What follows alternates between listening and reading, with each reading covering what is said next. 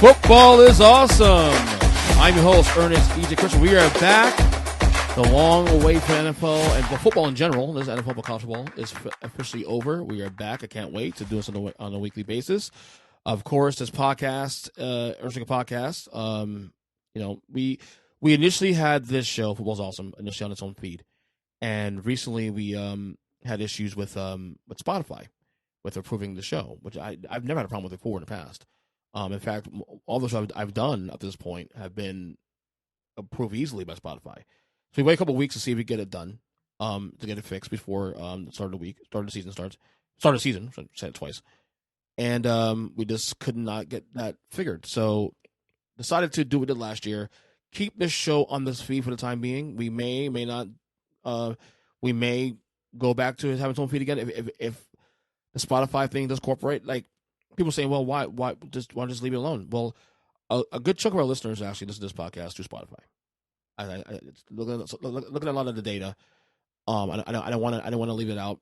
I know, especially on Instagram, I promote this show on Spotify, and I don't want to leave them out. So the best thing to do, the easy way to operate with this, is to just leave this on the main feed, on this main podcast feed, which is fine. We did last year the same way. It was not a problem.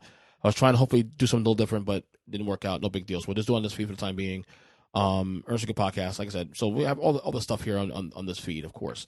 Again, we'll be dropping this show every Tuesday night / Wednesday morning, depending what time I get the last. Because remember, this show is done in 4 segments. It's this cold open. It's Mikey B's Power Rankings with me. Then it's the Student Game Report with Kyle Nash, and then of course the degenerate himself, Zach. By the way, I still need to pay off my bet from last year. I haven't done it yet. Hopefully do it in the next couple weeks. Is on the back end, and we'll deal with different schedules, and people have to work and all that. So we still have to worry about that. So we do have the time to do it. It has to be done in a certain phase, and then whatever, and they're going to edit and all that. And again, there's one reason why I considered bringing it back last year, but ultimately bring it back this year. Right? But ultimately, I wanted to do this. I love doing the show, and we're going to keep moving it, of course. Anyway, so I'm going to try to keep it short because this is actually going to be a long show. Most of these episodes won't be as long. But this episode will be long because, first of all, the Power Rankings will come up next segment. Power Rankings are going to be, we're going to do one time only, all 32 teams. Big Mike and I, we went through all 32 teams. It's close to an hour, at least that segment. Student Game Report, a lot to talk about, college football and the NFL. And of course, me and Degenerate will probably go about 30 minutes as well. So anyway, but every episode you expect to be at least an hour to maybe hour and a half tops. But today's a little longer because the first week of the year, first show of the year, NFL starting, a lot of hype, a lot of things to get out in the open to talk about. So just to get it out there and open. So anyway, so I'm going to keep this one simple. 2 things to talk about here. Number 1, my personal takeaways from college football this week. Yeah, it started 2 weeks ago, but it's really 1 week and some odd games from week 0. There's only 3 things in my mind about college football this year that really stood out to me so far. Number 1, Georgia is still going to be a problem. Okay, I had them covering against Oregon. Was it 17 points? I didn't think they'd be in 4-9-3. I mean, Georgia laid a statement there. For all the talk about Ohio State and for all the talk about Alabama, and justifiably so. At the same time, these boys ain't playing around. So Georgia's still hanging around. Georgia's still getting a problem. They're the national champions. Show them respect. Number 2. The Notre Dame loss we saw against Ohio State is not a bad loss, especially given the quality opponent. I remember I picked Ohio State with the national title this year. So in that case, it shouldn't be a surprise. Okay? And number 3, and this is personal for me, Florida State might actually be a little bit better than we thought this year. Look, I'm not saying they'd be even in the conversation for the AC title game. I'm not even saying that. I'm not that guy. I'm a realist. But I'm impressed with Jordan Travis, the quarterback. I'm impressed with the offense in general. And yeah, the ending got a little shaky, against LSU. They almost blew that game. Obviously, they blocked the PAT and won the game. But overall, they should have won that game running away against LSU. LSU is not a bad team themselves, I think. Brian Kelly leading the helm. I do think Florida State's better than we thought. Better than I thought, let's put it that way. And I'll say this much. If they win 7 to 8 games this year, I'm happy. My goal is to get 8 wins this year. They got 2 so far. And there's a couple of duds they have ahead of the schedule too. If they win those games, I'll be happy. Look, I don't expect to beat Clemson. I don't expect to. Look, I hope to beat Miami, but Miami's clearly much better than we thought. There's a couple of tough games on that schedule. But if Florida State could win at least 8 games this year, I'd be happy. That to me would be a successful season.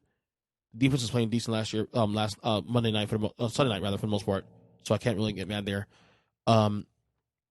But yeah, I think they might be better than we thought. But let's see the next few weeks. Duquesne, not really a good bar to use, although they beat Duquesne the way you're supposed to. LSU, and by the way, yes, it was a neutral site game, but at the same time, Florida State came prepared, and that was in Louisiana. So technically, it wasn't a game, a home game for LSU. Although there were a lot of Seminoles fans there, they were very loud. So I think Florida State's better than we thought. We'll see in the weeks to come. All right, so before we get to Mike and Kyle and Zach, and I'm going to ask all 3 guys this on the podcast today, in addition to what they're doing, the power rankings and the narratives and the picks of the week.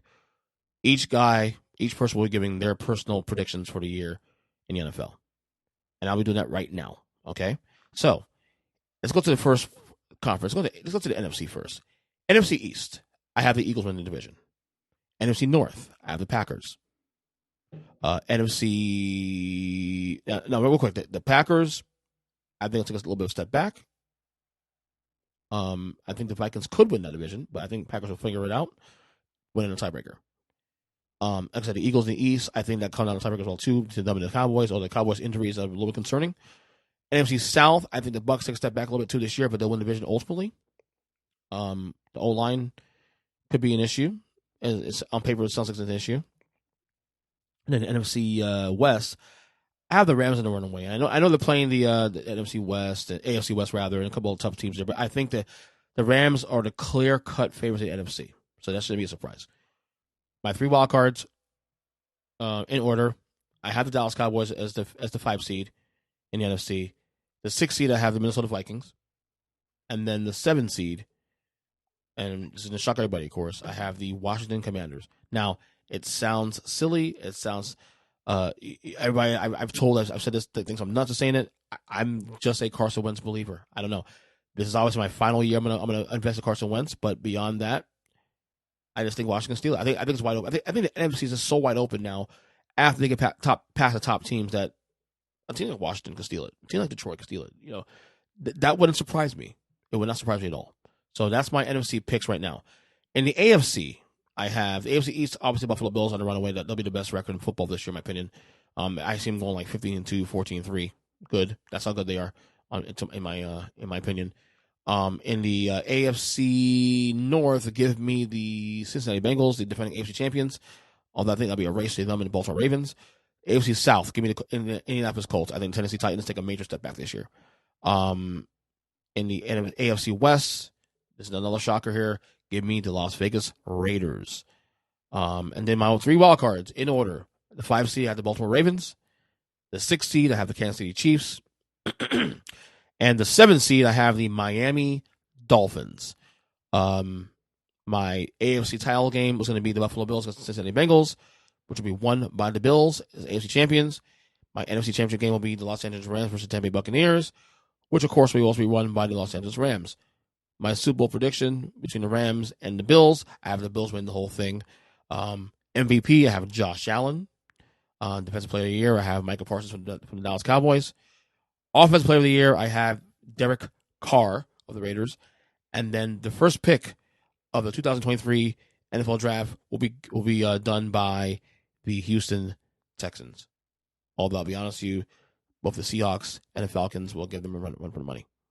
So those are my predictions for this year in the NFL. Again, football's back. I'm very happy. I'm excited. Enjoy the episode. Like I said, it's a little longer than usual, but from week 2 on, we'll be closer to an hour and a half. So closer to an hour, I'll make sure of that. So anyway, here we go. As Mikey B, then Kyle Nash, and then the degenerate himself, Zach, for the picks of the week. Enjoy. We are back, baby.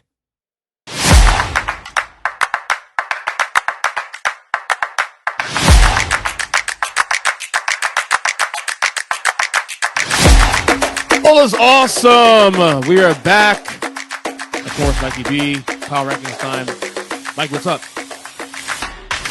My blood pressure. Well, if you're one of those people that like to eat a lot on Sundays and Saturdays too, college as well, but Sundays especially, man, it's the time of year, man, to get higher. So what we're gonna do this week, and only this week, we're gonna do our power rankings like normal, but we're gonna do all 32 teams this week, just to kind of give an idea for everybody who's maybe a fan of a team on this list, obviously, that just to see where we kind of see where they're at. Mm-hmm. From week 2 on, we'll do top 10. Sad 5, the whole 9. So this will be a little bit of a grind here, but it's okay. We'll get this done. So let's go here first. Our bottom 5. Let's go 20 to 32. Boom, boom, boom, boom, boom, and then see where we stand there. So rapid fire 28. You got the New York Football Giants. I have a New York team in there. The Jets. I have them at 27. Spoiler okay. alert. I had time 27, so we have the same idea. Right. 29. This man is going to put on for his city. Give me Drew Lock and the Seattle Seahawks. Oh, I have 29. I have the Chicago Bears, actually. It's going to be a bad year in Chicago, I think. This is Hope Field show some progress. 30. I have Bob Swirsky super fans recovering from their latest heart attack. Give me the Bears. All right, I have Seattle, so we have a swap there. Seattle, number 30. It's going to be a bad year for the Seahawks to themselves. I think the only guaranteed possible win is the Jets on the schedule. 31. I think we're on the same page on the next two, I think. We'll see. 31. Marcus Mariota led Atlanta Falcons. Me too. Didn't you actually No. Was that a joke back in May? What I said is I don't necessarily know that team is going to fall off because they were a playoff challenge. They were playing for a playoff spot the last 2 weeks of the regular season with Matt Ryan at quarterback, Marcus Mariota with Cordell Patterson and Kyle Pitts, but the problem is they didn't do anything to fix that defense. Ooh. They're looking to tank, I think. I think so too, but that's the thing. Like Marcus Mariota isn't like, hey, we're starting Johnny Manziel, but it's not like we're starting Aaron Rodgers either. It's a middle of the road guy that will be serviceable, but when you don't do anything to help that defense, I think that's the problem. I imagine low-key room for Mariota and the Falcons to do well this year, just because he's a good kid. 32 should be easy.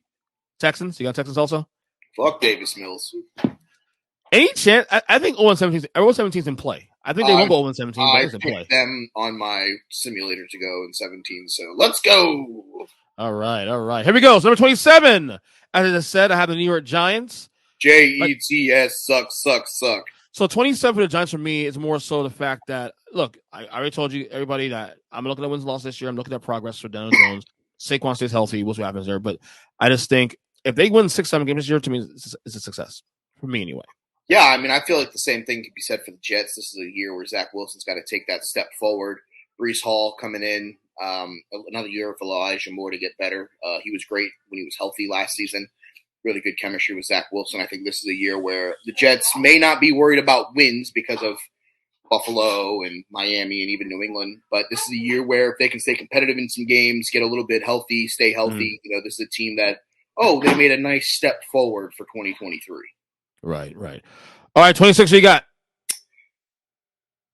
This is basically because of the 11-game suspension for Deshaun Watson, because I don't love their quarterbacks now that he is out. I'll take the Cleveland Browns. Okay. I don't like a lot of things that Cleveland did this offseason. Their number one wide receiver is Amari Cooper. He'll be out by week 5. So Deshaun Watson never throw a pass to him. They're gonna be a ground team, grind. Oh, absolutely. Team. They're gonna have to. They're gonna have to hold the ball for like 40 minutes to win games. And I think that with Chubb and Hunt, they have that ability, but Kareem Hunt doesn't want to be there. And if they start off 2-3, 2-4, Kareem Hunt might be a guy that gets moved at the deadline for some more picks, to help balance out things there. Which, I mean, if that's the case, awesome, good for them. But that just means that that's more falling on the shoulders of Nick Chubb. We've watched Derrick Henry be the workhorse in Tennessee for years, and his body's now taking the damage to another level of not being able to finish full seasons. possible that the same thing could happen to Chubb if they trade Kareem Hunt. We'll get there with Tennessee in a second. We will. But I don't love Jacoby Brissett. I don't love, outside of Amari Cooper, what they have to wide receiver position. So I'll take Cleveland here. I think maybe a full season of Deshaun probably boost them up some spots, but yeah, knowing that he's out the first 11 weeks, it's just right, not good. 26 of the Jaguars. I think they're going to be a better team this year. Now that the Urban Meyer, cloud is away now. God. I think Trevor Lawrence will find his way this year. I think they're going to be one of the friskier teams in the AFC. Look, the AFC. The problem is the AFC is just, yeah, there it goes. The problem is the AFC is just on paper anyway, just that good. So you need teams on the bottom. That is what it is. But I think they're going to be a hard out this year. I think they can win as much as 6-7 games this year.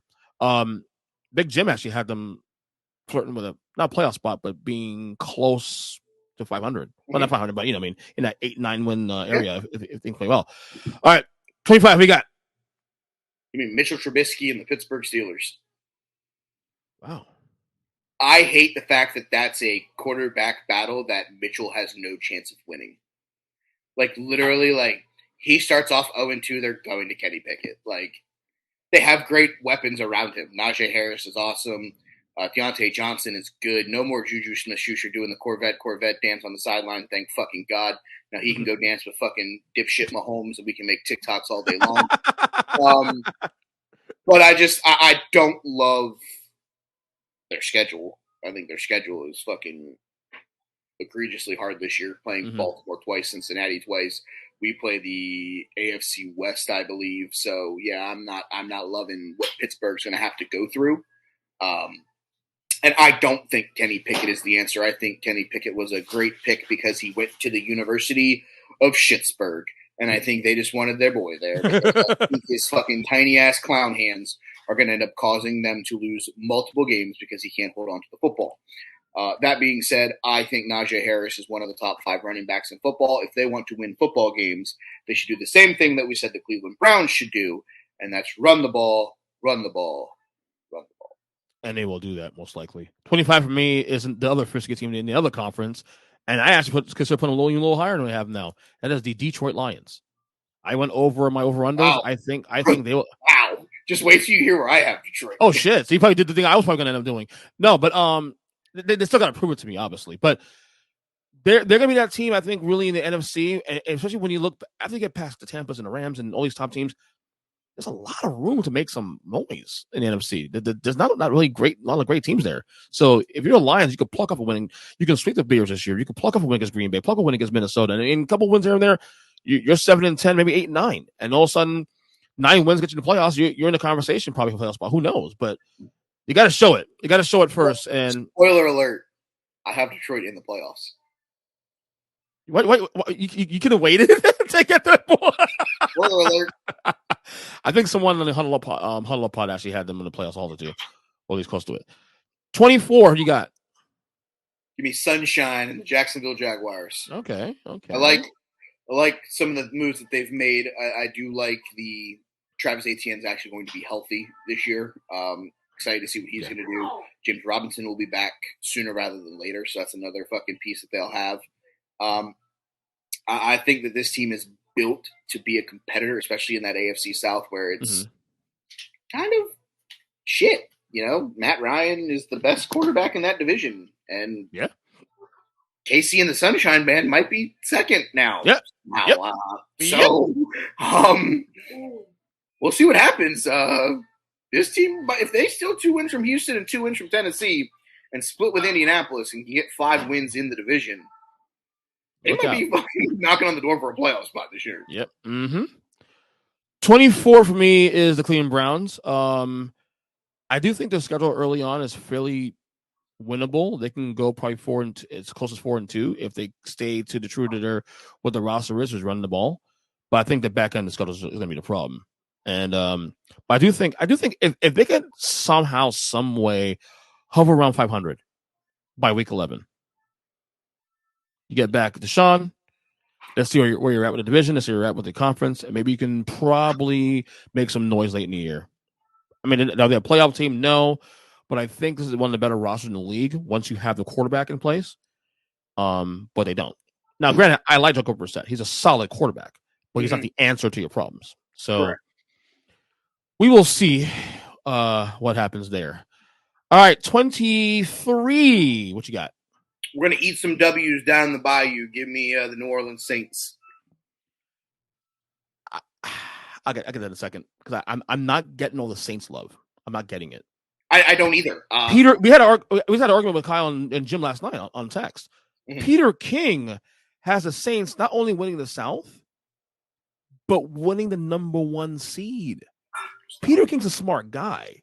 The only reason why Peter King could think that is because he thinks they're going to go 6-0 in the division, or fucking 5-1 in the division and split with Tampa Bay, which is very possible. But you also have to remember, Carolina's got a guy there playing quarterback now that gives no fucks in Baker Mayfield. Mm-hmm. So we'll talk about Carolina. We'll talk about Carolina right now. 23 is Carolina for me. Okay, well, I have 23 as New Orleans because it's nice to think that Michael Thomas is going to stay healthy. It's nice to think that Alvin Kamara is going to stay healthy. It's nice to think that Jameis Winston's going to stay healthy. Right. But, and by the way, did I miss something? Did Sean Payton come back and I didn't know about that? You know what? It might be better that Sean Payton's not there because now they're not going to try to run that stupid-ass gadget play with fucking Taysom Hill anymore. Well, stay in the conversation here. 22. I have New Orleans as well. 22. Like I said, I'm not getting the Saints love. I'm not getting it. I know they were tough last year. No, the defense is really good. I get that. The defense is actually probably borderline elite. But that's all you have. Like I'm not saying James is the bad quarterback. I'm just saying that James can't stay healthy, and then Kamara and all that stay healthy. None of the guys can stay healthy. I'm not getting it. I don't understand it. I'm still confused by the whole thing. So, but hey, this is why they play the games. Prove me wrong. You know, who's your 22? Give me the newly acquired quarterback for your Washington Commanders. Give me Carson Wentz and the Commandos. I got a lot higher than but for obvious reasons, though. You already know my playoff picks next to this year. I think that they're going to be competitive. Yeah. But the reason why I have them as low as I do, they're another team. Just lost your rookie running back who got shot. Probably won't be ready for the first couple weeks of the season. During training camp, your number 1 running back, Antonio Gibson, you had working with the punt team because you were ready to move on from him. Now you have to go back to him because the guy that you wanted to be your number 1 wide receiver is out for a little while. Yeah. Riverboat Ron likes to gamble. I think sometimes that works in his favor. Other times that doesn't. I love Terry McLaurin. I think Carson Wentz is going to have a good year. I don't think he's going to have a great year. I think he's going to have a good year in D.C. Better than his year in Indianapolis. But I don't love, like, they got to play that Philly offense twice. They got to play that Dallas offense twice. Mm-hmm. I don't love what they're doing. Like, their front four is really good. The linebackers are above average. I don't love their secondary. I just don't. And in a division where you got to go up against A.J. Brown and Devontae Smith, you got to go up against CeeDee Lamb and eventually Michael Gallup whenever that guy can fucking stay healthy. Yeah. You know, and then even with you guys, Kadarius Toney in the Giants, I don't necessarily love their defense. I love the pieces that are there, but for some reason those guys don't play well together. I don't know if it's the way that those guys play, and maybe I hope that I'm wrong, and I hope that Carson Wentz potentially leads this team to a chance to make the playoffs, but I don't think that they're there going into the season because of where we were this leading into before the unfortunate shooting of Brian Robinson. Right. That was your 22, right? Yes. Okay, 21 for me is New England Patriots. I am not liking what I'm hearing out of camp about Mac Jones. Now, that also being said, do I actually believe what I'm hearing is true? Because as you know, Bill Belichick likes to swerve. About Tom Brady like fucking 25. Right. And the thing is, Bill Belichick has been known to swerve on information, even when it's negative like terms of his football team. But again, the defense is obviously very solid. The AFC got better. Yes. I can argue the Dolphins right now on paper are better right now than the Patriots. So you start looking at numbers and well, you don't have to do it on paper. You literally are doing it because you have them ahead of New England. Right. So it's going to come down now to whether this Mac Jones thinks is true. Is did he slip back and train? I don't know. Again, this is why I play the game. This is why I think the game of the weekend might be Dolphins and Patriots. Honestly, I think you're going to learn a lot about that'd be top three. Absolutely. So that's a huge game. Cincinnati, Pittsburgh. That one. That game. Chargers and the Charger game. Who are they playing? They're playing someone big. Yeah, I don't know. Is it the Raiders? They might be. I'm not sure. It is Raiders. Yeah, those are probably the three games of the weekend because you have to out the shoot. 21. Who you got? Give me Baker and the Carolina Panthers. Okay. This is more of and as a fantasy football player, as a person who owns a big share of Christian McCaffrey, if he stays healthy, they move up this list. But that's if. I mean, the last 2 years have been. Go on. They don't fucking exist. I mean, he did play 7 games last year, but it was the weirdest fucking 7 games I've ever seen in my life.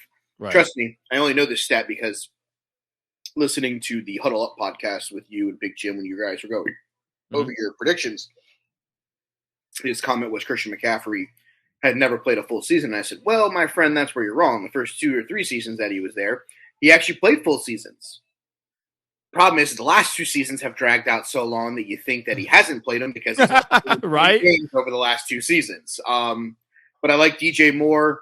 I think Baker Mayfield's going to put up a fucking shit ton of points on Sunday against Cleveland. I think he's one of those guys that any opportunity he has to put the ball in the end zone, he's going to try to find a way to get the ball in the end zone. So I have the Panthers at 21. All right, 21. 20 for me, I have the Pittsburgh Steelers. If Kenny Pickett's ready to go, why just give him the job? I understand that. Because he's not ready. But I hear otherwise in camp that he's the best quarterback I know in camp. Mike Tomlin isn't one that's going to fuck around and be like... He's old school. He's very old school, that shit. I get it. I respect it, but... If he truly felt that Kenny Pickett was ready, Kenny Pickett would be the starter week 1. I'll be honest with you. The Steelers are going to float around with a wild card spot this year. Because of that environment. You know, I can never put it against them to actually find a way to, you know, to hang around, if you will. They're Steelers. They made the playoffs last year with a horrific Big Ben Roethlisberger season last year. Horrific. I mean, I haven't seen a quarterback play that bad for a guy of his caliber, especially too, probably ever. That's what happens when Lamar Jackson gets hurt. That too. That did help him too, also, but. We'll see. 20 for you. Hold on. The biggest fall from grace. I'm in the Tennessee Titans. Thank you. And you know what? Let's go there now. They're 19 for me. They're not good. They're not. I got into an argument this morning, and you'll hear in the podcast later on after this with Kyle, with Jim, about. And I said Tennessee will take the biggest step back of all the contenders this year. And I went to the schedule. They have to play the Bills. They got to play. Even their 50-50 games are tough. Like, yeah, they're going to go to Washington. That's not a gimme. No, in Washington. Especially if Malik Willis is their quarterback by then. Right. You got Washington. You got Green Bay in there. You got Dallas there. I mean, you got a lot of games there that. And here's the thing, too, also. I can see them losing a game to Houston. Because they did last year. That's number 1. I can see them losing both to Jacksonville. I can see them losing at least one to Jacksonville, and I can see them losing one, if not both, to Indy. So, and when I say this, a lot of people who say like you're rough on Tennessee. No, I think Derrick Henry is in the top 3 of running backs in the National Football League. The problem is I think me and you are playing offensive line. I think my wife's their fucking quarterback. Ooh. I think Keemon is one of their starting wide receivers because they ain't got anybody else.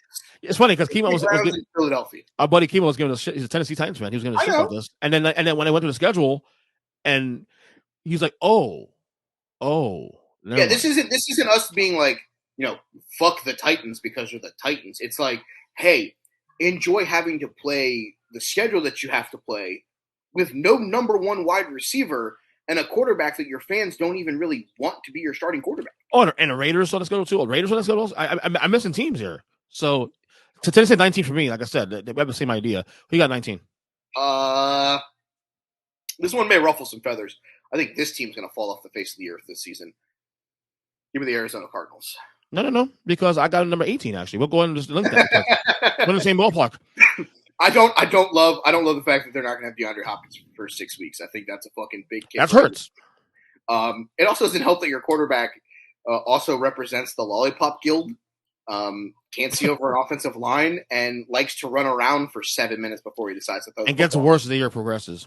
Oh yeah, he is worse than Kirk Cousins playing in prime time. It's like, the first 5 weeks of the season is Kyler time.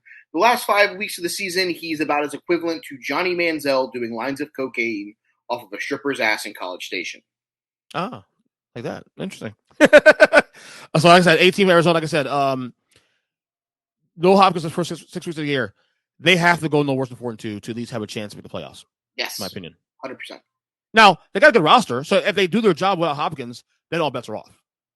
Correct, but their number one receiver is the same guy that Lamar Jackson had as his number one wide receiver. Yeah. And Lamar Jackson is a definitely superior quarterback. Hollywood brother! I hope rips his shirt off first week and just leg drops Kyler Murray instead and turns on him and like, I'm Jordan the NWO. Yep, exactly. So who is your 18 then? I hate the fact that people don't like this guy at quarterback. I think this team can be competitive this year. May be fighting for a playoff team. Give me Jay Jetta, give me Dalvin Cook and the Minnesota Viking Raiders. I'm higher on those guys. I think that they could be really, really good. I'm not saying that they can't. I think they could win the North this year. I don't think they will. 100%. 100%. I had them in the playoff conversation up until the last week of the regular season. Mm-hmm. Unfortunately for them, there will come a time where one of their games that they have to win gets flexed to Sunday night or Monday night, and Kirk Cousins has to play a primetime game, and it's kind of like me going up there and facing Barry Bonds. Not good. 17. Because I really like Kirk Cousins, and I really think that this could be really, really good. I hope this is like, if I have to pick one team that I've ranked where it's like, you were dead wrong, and I'm like, I'm okay with it, it's probably this one, because I think Minnesota is a damn good team. And much as I do like Mike Zimmer, I know you do too, especially. I love him. I do think a change. While I wasn't a fan of the firing, but I think the change could be good for them. I think the problem is Zim has always been that guy where he's just kind of been like, hey, it's cool, like when he was a coordinator, he wasn't that like super aggressive, super abrasive guy. Like that was Marvin. He was able to just be like, work his system and do stuff like that. Like he was never like the in your face, like scream at you kind of guy. And right. Sometimes players need that to get better, and that was never Zim. And unfortunately that was the reason why he lost his job in Minnesota. Right. All right. 17 for me. Obviously the offense is really bad on this team right now. And I looked silly for this pick, but I'm gonna roll it anyway. You Washington Commanders, Commodores, whatever, Red Tail. Commandos. Again, okay, so this is all strictly on Carson Wentz for me. Yes. I'm a big Carson Wentz fan. I've been a bit of a homer for the last 5 years. But this is it for me. You're a fan of. But this is it for Carson Wentz. If this happened here, ain't happening anymore. This is it for me. For the record, he had a good year last year in Indy. He had a serviceable year in Indy. Last 2 games, not so good. And yeah, exactly. That's what people remember. And I think Jim Irsay panicked, personally. I think Jim Irsay knows that his window to compete was opening. And I think Matt Ryan gives them a bigger chance to win with the other teams in the South taking a step back. Right. So, I mean, I know it sounds illogical, but I'm gonna Robert Wentz one more time. So, 17, Washington Commanders. What do you got, 17? We talked about how, this man loves to not tell people the truth coming out of training camp. I don't think that he's telling us the truth. I think Mac Jones is doing just fine. Give me the Patriots at 17. Okay. The problem here is that I think that there are people that still think Damian Harris is their number one running back, and he's not. And I think this is Ramondre Stevenson's backfield. The only real question that I have about the Patriots is who's going to catch passes from Mac Jones over the long term. Like Devontae Parker, like, do we not know that the Dolphins cut him because he's a Dollar Tree version of fucking Tyreek Hill? Like, he's fast. He may catch the ball though. I don't know. Maybe. Right. So I don't necessarily know that I love the fact that they didn't do anything to get pieces around Mac. Yeah. But I do like Ramondre Stevenson. I still like Damian Harris. I think that's a two-headed monster. They're gonna have to win games the same way that we talked about Cleveland. They're gonna have to run out the ball. They're gonna have to run the ball. They're gonna have to run out the clock. They're gonna have to play good defense. They're gonna win games 21-17. They're not gonna win games 45-42. Yeah. In that division, the only team that you're really running and gunning with is the Dolphins. The Bills can put up points, but in December when it's snowing, we can see that they only score 6 points too. Right. All right, 16 for me. This team, new quarterback, obviously, got an extension. I'm curious about how they start because I'm worried about the back half of the schedule. I think they're a 10-win team, maybe more, but their schedule is definitely lopsided a little bit. We'll see how it plays out. Give me Denver Broncos and Russell Wilson. I think they get a lot higher. Obviously, what happens, but the schedule is what worries me. I have them a lot higher. Okay. Unfortunately for myself. Who you got 16? 16, give me my first playoff team. We talked about them a little bit. Spoiler alert, give me Jared Goff and the Detroit Lions. You're doing it. You really are doing it, buddy. Dude, I love it. I truly think that this is a playoff team. I think that Amon-Ra St. Brown took that step forward last year. I think that this team is going to be really explosive. And here's the thing. Everybody forgets that Jared Goff has played in the Super Bowl. Yeah, they only scored 2 points in that game. Oh, by the way, yeah. But he played in the Super Bowl. Like, that's a good team. He's capable. I think that team, and let's not forget, Javonte Williams, coming back from a torn ACL, will be here sooner rather than later to give help to Amon-Ra St. Brown. Mm-hmm. That's a pretty good 1-2 punch to have. Let's be real. Green Bay is going to come back to earth a little bit because they no longer have the best receiver in football. Right. Minnesota is going to eventually have to play primetime games. And do you trust Captain Kirk? Because I don't think anybody else does. And the Bears are the fucking Bears. The Bears suck. All right, so 15 for me. The question of quarterback. We're going to find out how good this kid is. Give me Trey Lance and the San Francisco 49ers. I think they're going to be a team that if Trey Lance figures it out, this is going to be the team that could bust everything up in the NFC this year because when Trey Lance shits his pants and Jimmy Garoppolo takes over by week 4, then what? Then Jimmy G is Jimmy G. We'll see what happens. That'd be solid. I mean, it is what it is. But yeah, San Francisco has questions. Like I said, well, I'm really looking forward to see Trey Lance how he plays out the gate.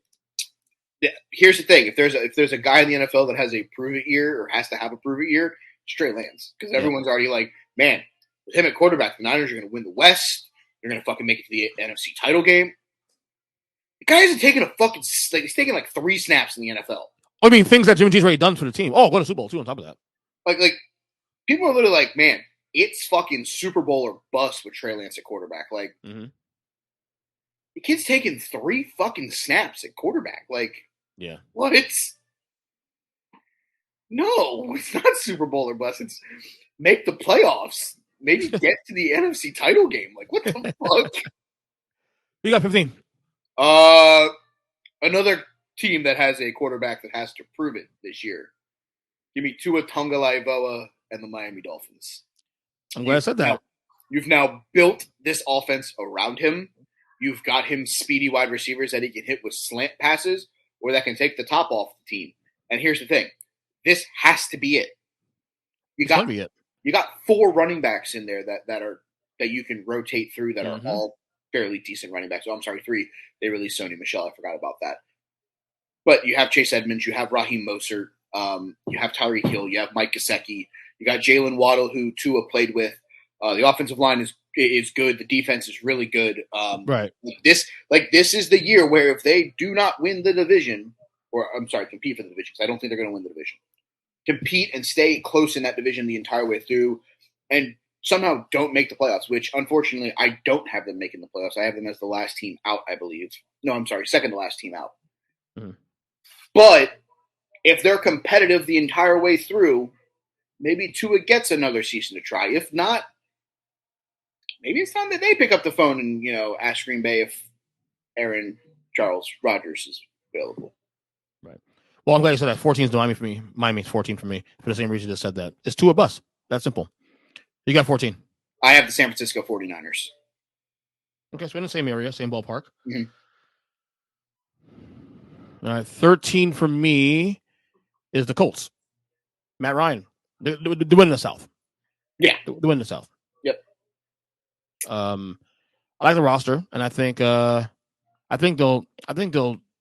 either sweep Tennessee or win this one game. I'm gonna stop big on Tennessee. I said earlier. I have the Colts at 12, so we're in the same area there. Who was 13 for you?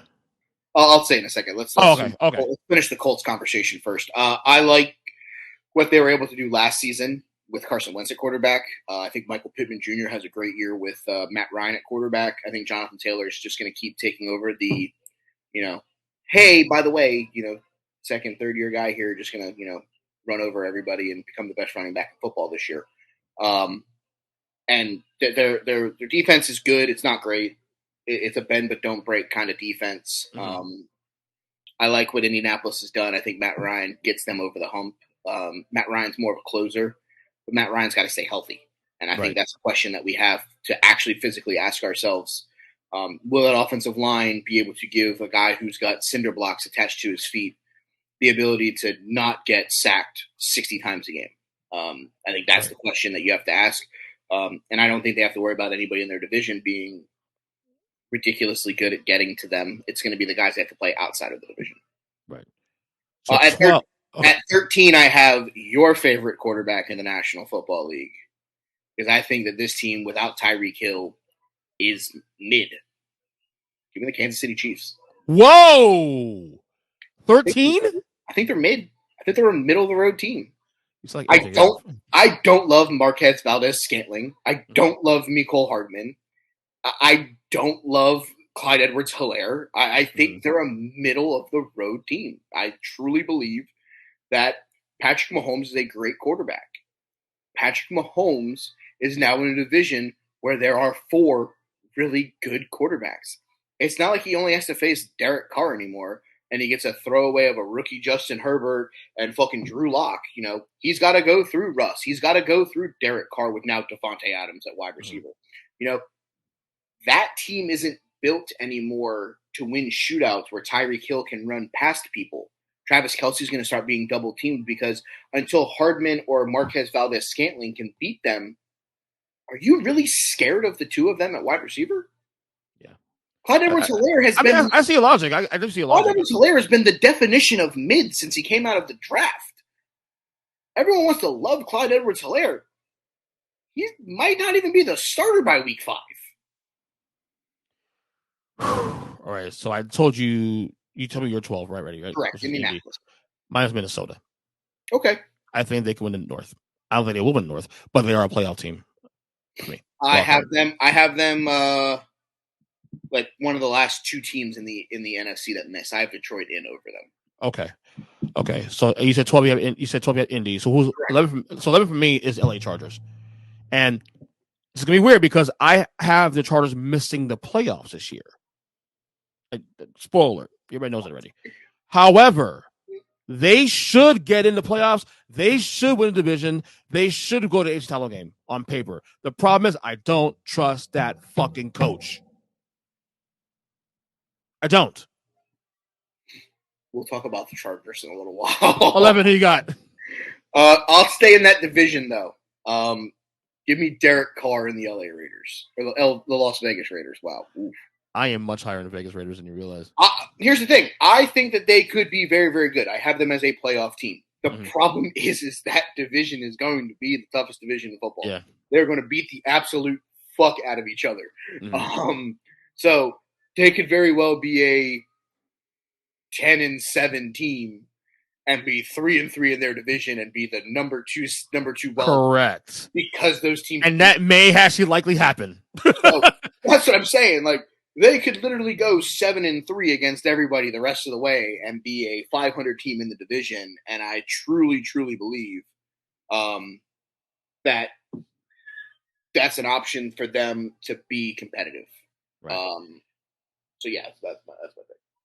10. I got Dallas Cowboys. Hit the soundbite because I got them too. I don't have the. Oh, good, but I don't have the mixer up right now. Unfortunately, good. That probably would have fucked us up. Yep. No, I have Dallas. I have Dallas 10 as well. Yeah. Dak's top 12 quarterback in the league. There's nothing wrong with that. I just think look, they haven't gotten better. That's the problem. They No, haven't gotten they better. took a step back. They fucking Yes. released fucking Amari Cooper. Mm-hmm. CeeDee Lamb's got to take this thing over by himself. Dalton Schultz is going to have a big year at tight end for them. But let's be real here.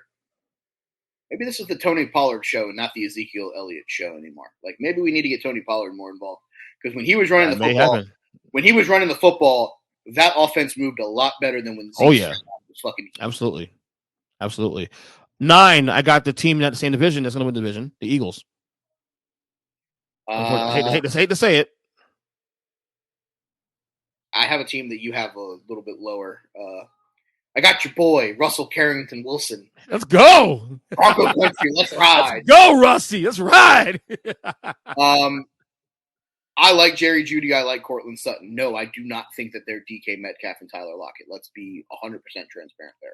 We'll do that again? Yes, we're doing that again. You and Zach? On a season conversation? Well, because here's the thing. Where was I wrong? Jerry Jeudy hasn't stayed healthy. DK Metcalf and Tyler Lockett have. He has a chemistry with DK Metcalf and Tyler Lockett that he will have to take time to develop with Jerry Jeudy and Cortland Sutton. That's the thing. When you look at the quarterback play and you're like, would you rather have Drew Lock with DK Metcalf and Cortland Sutton, or DK and Tyler, or would you rather have Russ? Sure, of course you'd rather have Russ. But when the guy wants $200 million and you can't build an offensive line to fucking protect for him, you kind of got to make a decision for your fucking team. Like, I agree. At one point, it's the player is worth the money. But is he worth the money if it's going to cost you to go 4-13? Or, here you go. I'll take my L's for a couple seasons. I'll hopefully draft a quarterback. I have some extra draft picks now because, I had to trade my first rounder from last year to go get Jamal Adams because we were making a push for a playoff spot, which didn't work out for them. But Jamal Adams is now the captain of that defense, which he should be. So, again, I think if unbiased quarterbacks, if you pull up to a park in the middle of fucking Los Angeles, car 1 pulls up, it's DK Metcalf and it's Tyler Lockett. Car 2 pulls up and it's fucking Jerry Jeudy and Cortland Sutton. I think 90% of football people are going to take DK and Tyler Lockett. Like, it is what it is. I would too. And that's the thing. That's something you have to think about. Like, I think that this team could be good. Like, I do. I truly think the Broncos could be a good team. Yeah. But it's going to take Russ a couple weeks to get chemistry with those guys. It's how it's going to be. And that schedule, I told you again, it's going to be something. That whole division schedule is god awful. All right, 8 for me is the Lamar Jackson-led Baltimore Ravens. Lamar bust. By the way, I think they make a deal before this podcast. Well, the contract extension before week 1. Oh, I can't wait. They upped their offer, actually. Yes, I don't know if you saw that news. This is going to be fun. 8 for you. Who you got? I want to hear this shit. No. Where I have Lamar Jackson, this is going to be fun. Oh, funsies. Oh, right here, I have the incapable offensive line of the future NFC South champion Tampa Bay Buccaneers.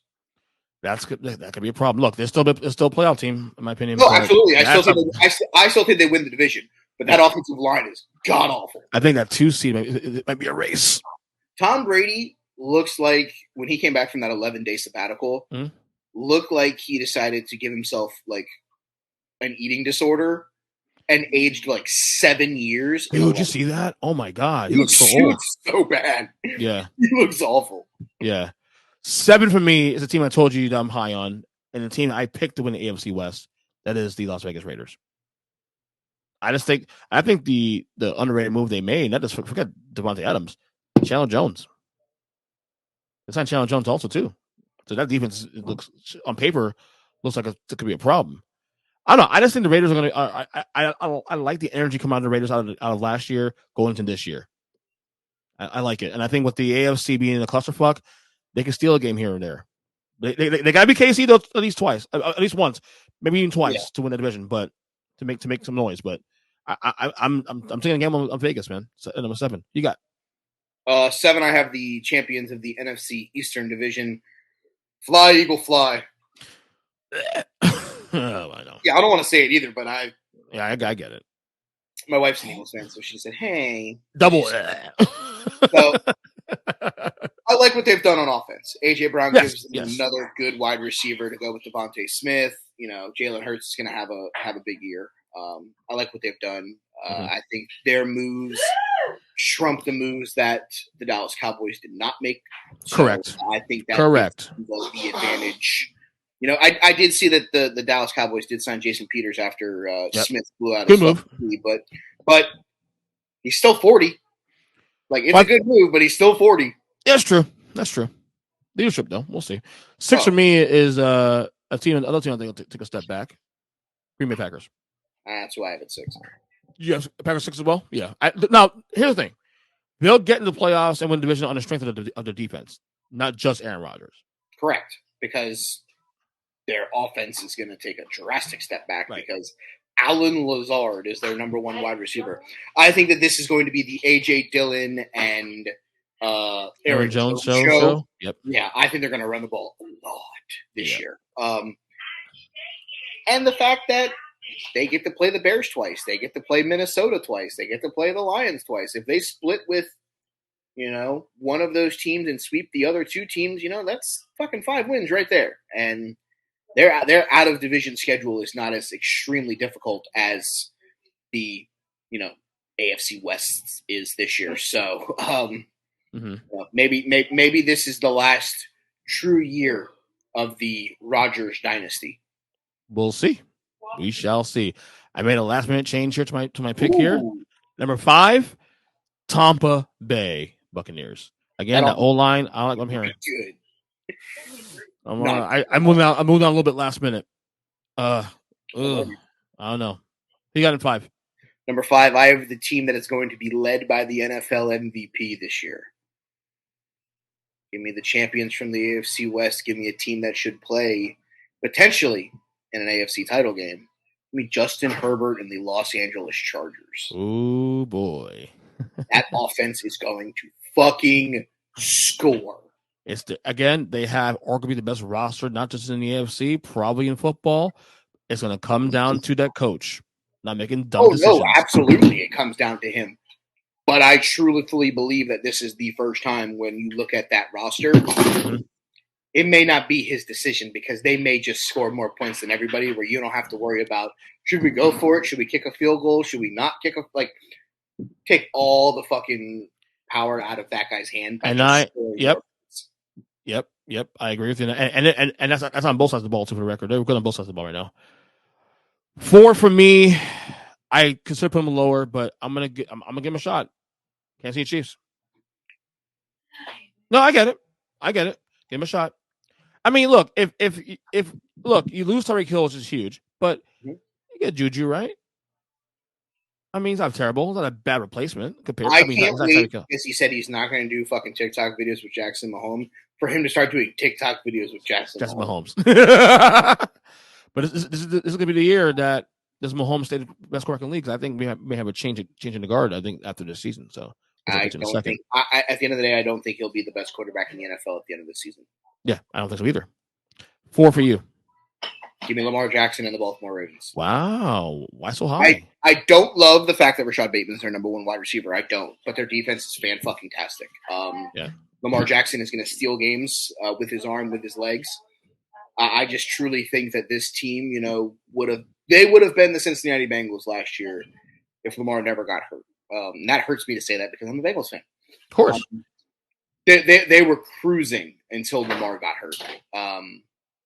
And I don't know that there was going to be a team in the AFC aside from maybe Kansas City and or Buffalo that was going to give them a run for their money going into the playoffs with a healthy Lamar Jackson. Again, that's the question. Will Lamar stay healthy?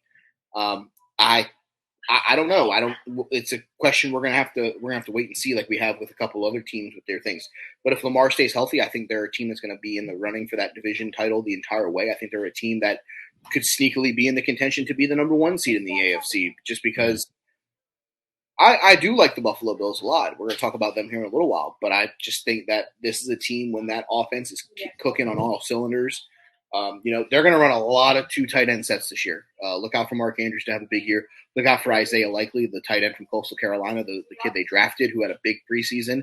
He may be an integral part of this offense. Because here's the thing. when you can get linebackers on mismatches, you got to take advantage of them. They don't have a true number one wide receiver. I know it's Rashad Bateman, but Hollywood Brown is gone.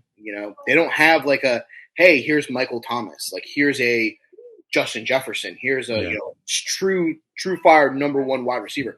I personally thought that's where Amari Cooper was going to end up, and I thought if Amari Cooper ended up there, and it finally gave Lamar a true veteran number one wide receiver, that it would take Lamar to the next level. But he ends up in Cleveland instead. So I think this Baltimore team is built to win bloodbaths and grind out games, and I don't know that there are many teams that are going to be willing to grind with Baltimore for 18 weeks. Pay that man. Number three, your Bengals. Who dey? I have them at 3 as well. There we go. Yeah. I mean, all right. I guess let's address it because we have to talk about it. I love it. I love the fact that we're coming in this thing. But I would have much rather preferred to be the underdog and not have everybody talking about us again. But unfortunately, with as good of a year as we had last year, that's not possible. Yeah. Everybody figured out how good of a quarterback Joe Burrow really is. Jamar Chase is a number one playmaking wide receiver in his second year in the NFL. That offense is going to go. And I know that offense is going to fire on all cylinders. They did what they needed to do to get a better offensive line to block for Joe Burrow, to open up holes for Joe Mixon and Chris Evans and Samaje Perine. The defense has to find a way to replicate what we did well last season. Eli Apple has to not become a piece of toast. If Eli Apple can prove what he did last season wasn't a fluke, if Chidozie Ndukwe does what he did last year, Jesse Bates, if he plays 70% of as good as he played down the stretch last season, he'll get a big extension in the offseason after signing the franchise tag. So, yeah. Sign me up for Cincinnati. I have them winning the division. I have them potentially playing in an AFC title game again, maybe even a Super Bowl again, maybe even winning the Super Bowl. I don't know. I know I homered it up whenever I turned my picks into Big Jim that I had them playing the Rams in the Super Bowl. We were running that shit back. and that we were winning this time, but I don't necessarily, speaking from a football perspective, I don't know if that's going to be the case. I think the goal here is, goal one is to get through week one at Pittsburgh healthy. Then it's to win the division, and then it's what happens from there. Right. We probably have the same 3 in order. I have 2. I have the Rams. Nope. Okay, you have the Bills, don't you? I have the Bills too. Okay. The Rams should be a runaway to win the NFC. A runaway on paper. They are the clear-cut favorites to win the NFC. Right. Clear cut. I mean, it should be a runaway, honestly, compared to last year. Obviously, Stanford is in problems, but we'll see how that plays out this year. But you could argue they got better a little bit too. Allen Robinson now. They got better there, but they did lose Von Miller. Yes, that's true. So yes, Allen Robinson is a clear acquisition that will help them over the loss of Robert Woods. And Odell Beckham's still on the horn. I mean, if he's healthy by November, he's on the horn. So we'll see where he ends up. He may be someone that ends up in Baltimore. Maybe. Keep an eye on that. Yeah, that's a good one. I got Buffalo number 1. I think they're going to win the whole thing, the whole 9. I just think this thing's all set up. I think Thursday night's game is the Super Bowl preview for this year. That's where I'm at. I hope it's not, but of course I hope it's not. I hope it's the Giants, but come on. Well, I think I have a little bit more of a realistic chance of it being my team than of course. Of course. What I will say is, I think the Bills are one of the most explosive teams in football. Josh Allen's got an arm the size of fucking Texas. Mm-hmm. Stephon Diggs is a fucking machine. Supposedly Isaiah what's the guy's name? Isaiah McKenzie. Mm-hmm. Wow, that's really loud. Our group chat's blowing up about Tony Khan being a moron. That offense is going to be good. I think they have questions at running back. Supposedly this kid James Cook is going to be really good, but he's still got to win a starting job on that team. Von Miller makes that defense better, depending on the way that they decide to use Von Miller. I don't think necessarily they just unfortunately ran into pure dumb luck in the playoffs that they lost the coin toss. Because I truly think that they would have won that game if they had a possession with the football.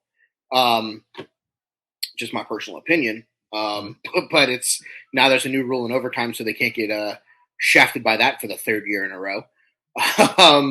So again, I just think the Bills are good. I personally think that they're going to have to, especially in the playoffs, they're going to get dinged up. They're going to have to play potentially a Chargers team, potentially a Bengals team, potentially a Ravens team, maybe somebody else from the AFC West.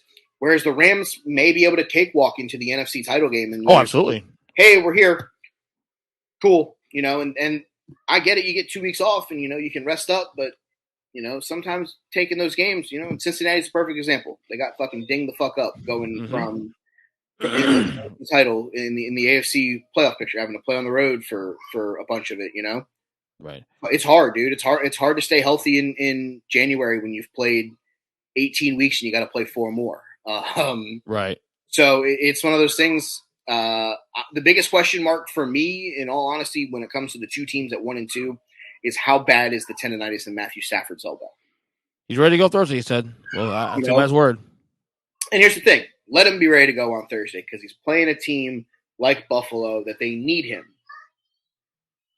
Rest of the year, we'll figure it out. Seattle, week 10, when you're 6-1 and teams are 3 games behind you in the division, you may not get Matt Stafford for that game. You might get of course somebody else because it's like, hey, Matt got a cortisone shot. We got a bye week next week. Let's just let it rest.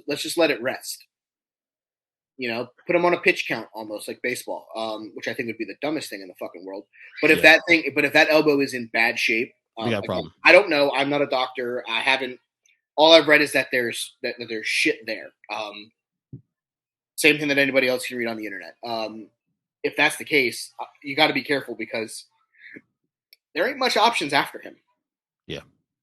All right, let's do this quick. We got 2 minutes. Let's rapid fire these predictions. Here we go. NFC East division winner. Who wins it? Fly, Eagle, fly. NFC North. Go. Packers. NFC South. Go. Buccaneers. NFC West. Go. Rams. Give me your 3 wild card teams in order. Wild card 1, 2, and 3. Dallas. 49ers, Lions. Okay. All right. AFC East, go. Bills. AFC North. Bengals. AFC West. Chargers. AFC South. Colts. All right. Any wild cards in order? Ravens, Broncos, and Raiders. Okay. AFC champion. Cincinnati Bengals. NFC champion. Los Angeles Rams. Super Bowl winner. Cincinnati Bengals. Okay. MVP. Already said it. Justin Herbert. You just said it, yeah. Defensive player of the year. Xavier Howard. I like that. Offensive player of the year.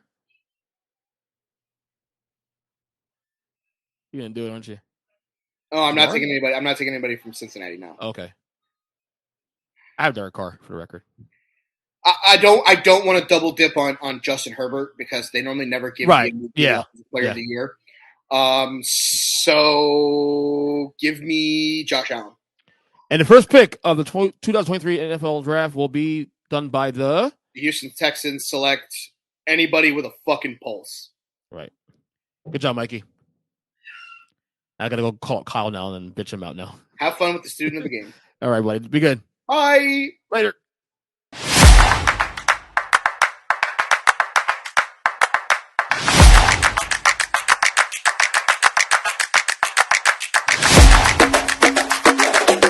Report with the man, Kyle Effin Nash. Kyle, football's back, baby. Football! Hey, listen. Glad to be aboard. Glad to be in the place. Glad we're doing video pods again here on the Football is Awesome by way of the ESN, right? Is it Ernst still Speaking Podcast? Yes, sir. ESP. Sorry, I should have read your mind. See what I did there. But listen, I get all these years you've been sitting in the security van. Now you feel comfortable doing video again. And I can see the cityscape. You have a window in your van now. That must be nice. Yeah, I can see the world now. Anyway, maybe it's a tinted window so they can't see in. That's what I'm betting. I'm actually hold on. I'm actually right as we speak trying to put the banner up now, real quick. What you're doing? Fancy. There we go. Ooh. Oh wait, hold on. We had a little mistake there, real quick. Hold on 1 second. It's okay. It's a little inside baseball for our friends here. While you're working that out, I do love how this angle gets the Aaron Evans original painting of me and my semi-pro days very, very well captured. You got the Terminator eyes in there and everything. Yeah.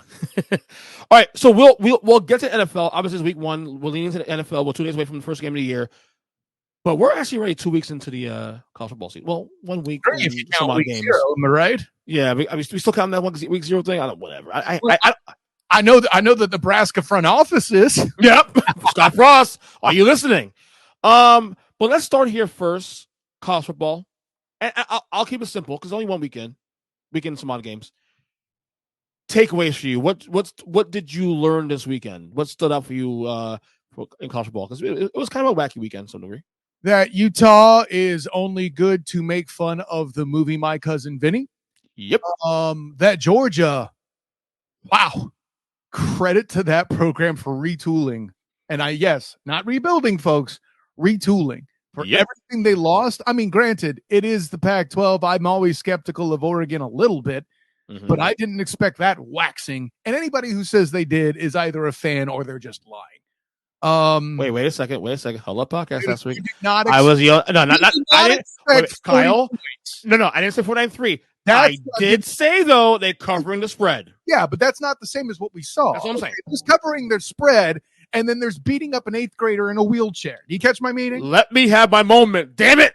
Well, no. You can have your moment. I just don't want you to alter what I'm saying. Yeah. No. You did listen. You did call the over. And to your credit, I was close to doing it, but I had too much faith in humanity. It's a mistake I make sometimes. And then, Georgia's. Let's see. Very unimpressed by Notre Dame again. I disagree there. I think Notre Dame that's actually a good loss. The quality loss. P.S. Stop it. You're not with that, aren't you? No, I'm not. You got beat like that by a team that's obviously still trying to get right for their season in week 1. And I think that's a lot of what we saw too, by the way, for my money. Oh, go ahead. I think a lot of it for me is that the quality of Ohio State more than anything else. I think Ohio State is going to be. We said on the podcast. I think they win the national title this year. So I'm looking at Ohio State as the best team in college football. Did we both say that, or did I call? No, I called Alabama. But we had the same. We had the same game. We different winner though. Yeah. I mean, at the end of the day, in this era of college football, anyway, we're both still going chalk per se. Yeah. But I mean. I'm bringing up Notre Dame specifically to say that they weren't as bad as I thought they were. They definitely competed more than I thought. I'll give them that much credit. But, and the ACC is still a joke. I think we're pretty clear on that. And I know FSU fan that you want to get excited for your last-minute heroics. But, by the way, you both as an FSU and Notre Dame fan, which I still don't know how the hell that works. I told you how this works, buddy. You need to recognize that was more about bad blocking on a fundamental level. You always cover the inside first than it was anything Brian Kelly did wrong. And you Notre Dame fans suddenly turning on the only coach to get you 4 10-win seasons in your program's vaunted history is just kind of disgusting. That's a statement towards a certain someone friend of ours that no, it's you Notre Dame fan that I'm talking to. No, I'm over that. That was last week. That's only a 1 week thing. What did you say, Notre Dame fan? We're doing this now, aren't we? We really are doing this, Notre Dame now. Add it to the I tell you, but you wouldn't listen. Add it to the docket now, apparently. Oh, Lord. I do think Florida State, though, look, I already told you I was not looking forward to the year. I think they might be better than I thought they were going to be this year. And let's give them a little credit, EJ, right? They're an injury to a starting guard in overtime away from beating Brian Kelly as a coach of Notre Dame last year. So, I mean, people who want to crap all over Mike Norvell is ridiculous. I always thought he was a good coach. I thought he was kind of the victim of circumstance with playing a UCF team in the American that was on the rise. There's a reason why he lost 2 conference championships to them. And a number of close regular seasons games, by the way. One of them, of course, being the national championship year. Then one after that being where they were still undefeated in the regular season. And, excuse me, and then, going on to lose to the Ed Orgeron and Joe Burrow. Your boy, Ed Orgeron. My boy. That's right. It's my boy. No, But yeah, I mean, the year before they had the best statistical offense in college football history. Right. And, as much as people want to get on Orgeron's case, the truth of the matter is retooling after that, even for Brian Kelly, is difficult. Though for a guy who was complaining about recruiting limitations, I have to admit it's a fair question to ask on, what might have been the issue getting done right again in LSU. But hey, it's a competitive thing to be in the SEC. And, let's put it this way. The expanded playoff will be very interesting on that front. That's a great segue because it doesn't touch on there now. Actually, expanded playoffs now they approved it. You're good at this, man. Is it improved now for 2026? Although there's a possibility it could go earlier. That's what we're hearing, right? Possibility. And a matter of things going earlier is if somebody comes up with some dream scenario, or it's kind of an advertisement to people out there. Hey, if you want this on your network sooner, come pay us lots and lots of money and break these contracts, right? Yeah, that's basically what that's allowing for. Okay. In my opinion, among other things that are factors, it's always good to UPod in these situations, just because the behind the scenes and administration through contracts with programs and conferences and networks for TV and internet and all this other broadcasting guff is incredibly difficult, right? There's a reason why the teams that are moving from the American to the Big 12 and also Texas and Oklahoma are jumping through so many hoops, and the date for those movements have slid all over. Imagine it being on a nationwide scale over and above those, larger regions, right? Right. So I think 26 is real. I think that's a good target. I think that gives them time to look over all the stuff they need to look over, et cetera, et cetera, et cetera. 6 conference champs, 6 at-larges. Right. So the football fan in me hates guaranteed spots in any way, shape, form, or fashion. The Sun Belt is a waste of my time. Mm-hmm. Okay. I'm just going to throw it out there. Being said, I do see the advantages as well, right? Because while they're selling the public in general with the expanded playoff is that it's a rising tide for the up and coming teams that aren't in the power position, but whether it be a power 2 or power 5, right? With the direction the college football is going. Right. It's an opportunity for them to get more involved. As an example, right? UCF, who I cover for the Black and Gold Banneret, and who's covered by Jason Beatty of the Orlando Sentinel, who will be on this week's edition of the Student of the Game podcast. Nice. We both have observed UCF being that up and coming team since 2017 personally, and then they've been working, beyond, going back to 2013 when they beat Baylor in the Fiesta Bowl. Then those programs that are up and coming like that, your Houstons, your BYUs, your SMUs, teams that have quarterbacks as magical as Tanner Mordecai that no one's talking about simply because he's in the American, who in its current makeup is better than the ACC. But that all goes away when they have 3 teams leaving the conference for the Big 12. Here nor there. The opportunity presented for those up and coming programs, whether it be the Sun Belt or the American or Conference USA or whoever it is, getting that opportunity to get a look and eyes nationwide is not only good for the money, where they can build up their resources to continue the climb, not only for themselves, but for their conference, right?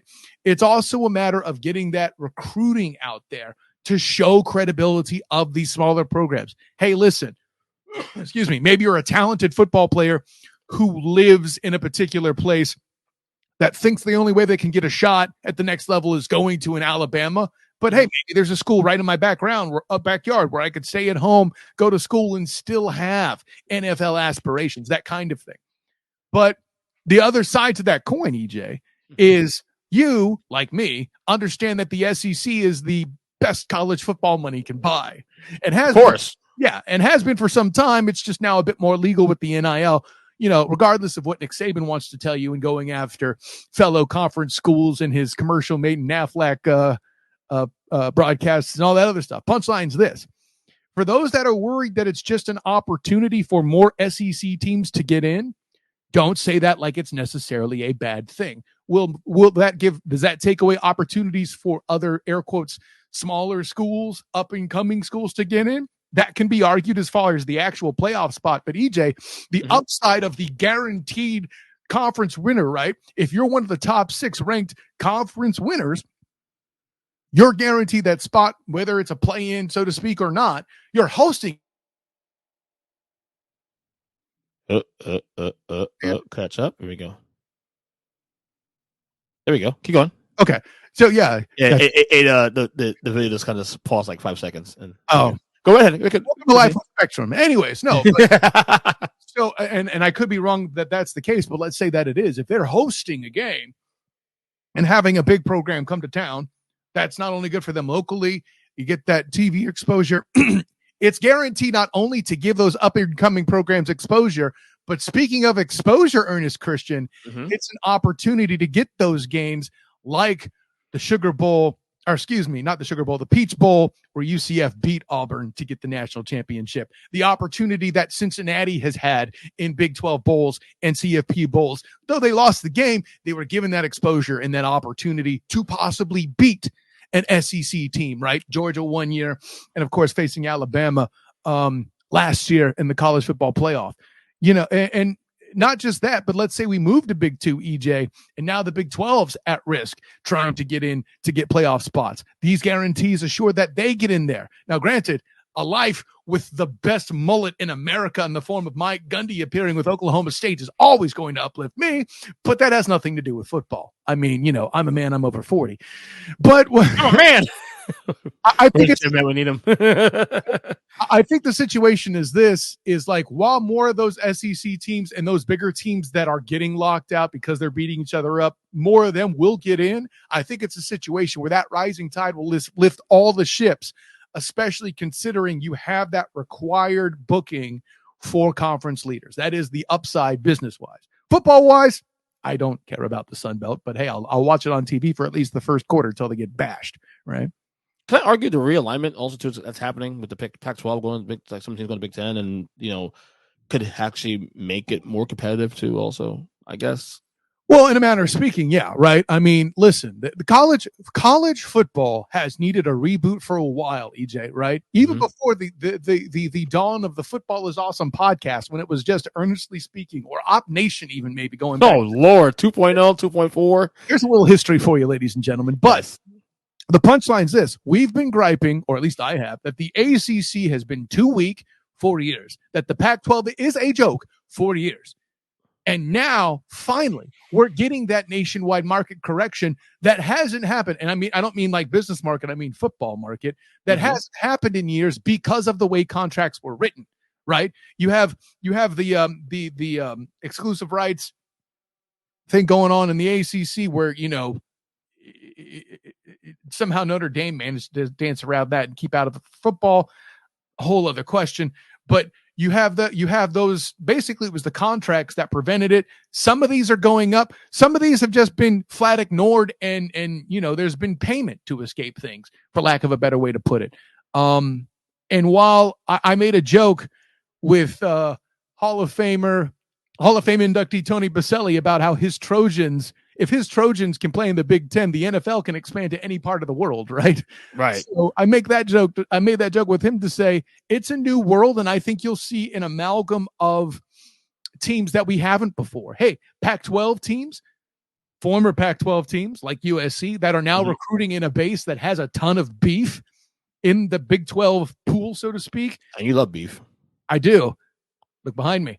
And with the skill player base that they're already recruiting in the Southern California area, that's the kind of stuff that brings rise to programs. As much as you, a Notre Dame fan, would hate the Trojans to come back to power, it would make for a good football product.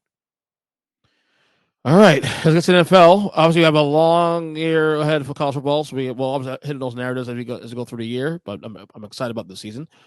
All right, first things first. Russell Wilson, our favorite quarterback in the world. Russell Carrington Wilson. Got a new contract, the Broncos.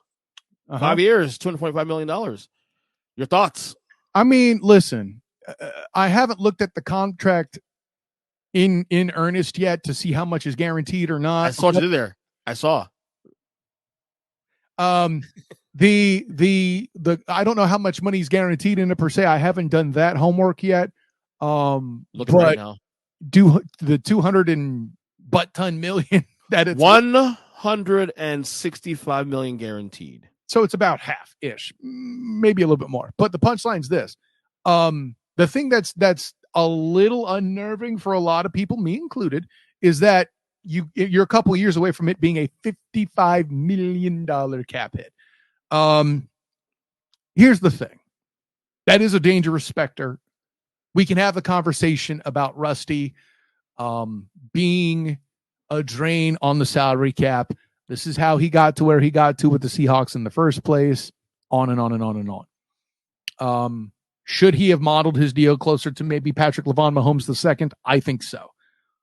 But I say all of the above to say this is the life of if you want a quarterback of that caliber. All right. And we've had this conversation before. It's just gotten more relevant, I guess. And the thing with Denver, I think they know, you had John Elway for a long time, right? Right. And then they went through a nice, decade or more of the Brian Greaseys and the Jake Plumbers and this and that, and then you get Peyton Manning for a couple of years. Plumber won playoff games. Let's be clear about that. No, right. But again, what's about caliber here now? They weren't caliber Russell Wilson, caliber John Elway. Right. Then you get Peyton Manning for a couple of years, and then he's go away, and then you have the Trevor Siemians and so when you identify a quarterback being a top 10, possibly top 5 guy in the league, and you have him, you keep him, you lock him up, and ask questions later.